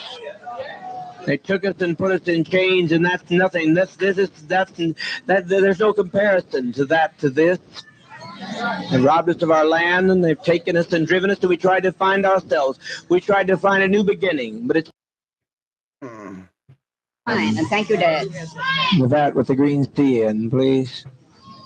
Bring it here so the adults can begin.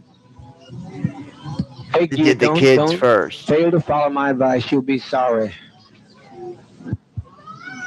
You'll be sorry. That we do it and that they do it.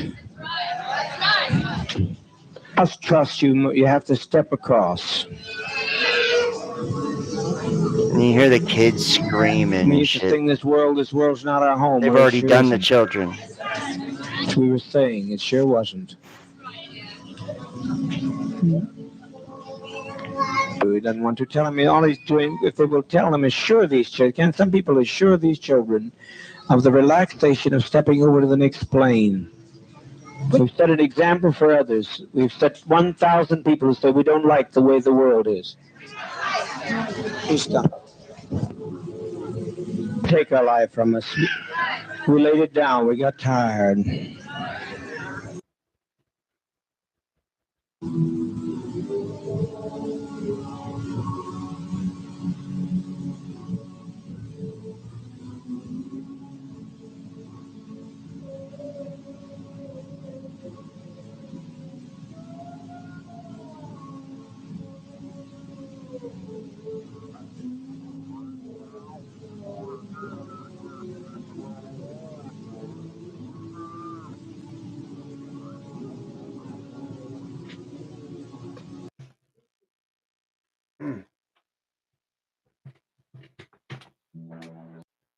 And that is and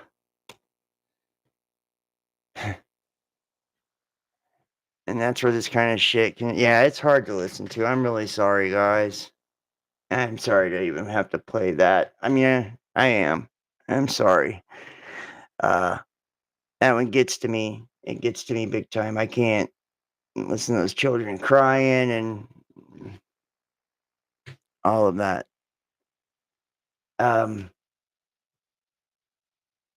I'm sorry. I just, I think it was more about him being worried about his fucking reputation ruined and his repercussions and him worrying about all those people. Because they were trying to argue to stay alive. So, yeah. So. Yes, Kimberly F. asked John, do you think any of these cult leaders believe their own bullshit? Or did they just want to take as many people out with them as they could? I do think some of them believe their own bullshit, right?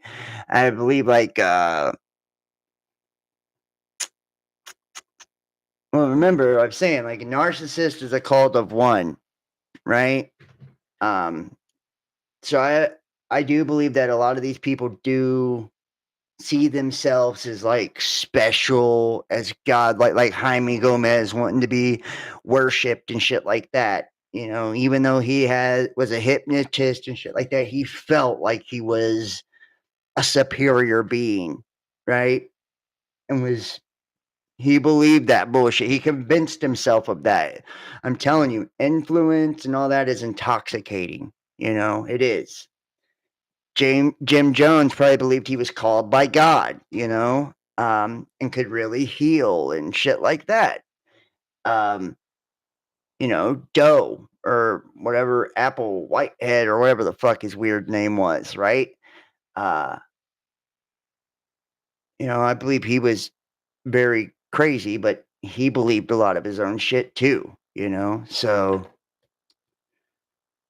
I do believe a lot of them believe their own shit, but I'm sure at the in the back of their minds, they knew that what they was doing was wrong, and they knew that what they was doing was selfish. They just don't care, right? It's like they, rather than face the consequences or face reality, they would rather, even take lives. So I'm gonna end this one. I may do a part 2 to this one. I mean, I still got Waco and all kinds of cults to cover, but this one was a lot. Jim Jones took a lot out of me. We've been going for a while. I want to thank all of you guys for watching. Lost a lot of people after the Jim Jones too. So I want to thank you guys for watching. Please, please, please hit the thumbs up for me if you're in the chat. Share this link on your social media. Help me to spread the message, spread the word. Make sure to subscribe. Click all on the notifications bell and consider donating and supporting. I've been demonetized on YouTube, Facebook, everywhere. And every time, I do videos anymore, they give me strikes or they take the shit down. And this is my livelihood. This is how, I support me. So if you get something out of this and you want to, buy me a coffee or give me a gift or whatever, it's greatly appreciated. And I'm thankful and grateful for, no matter what you do, really, even for just sharing the links and taking the time out to watch.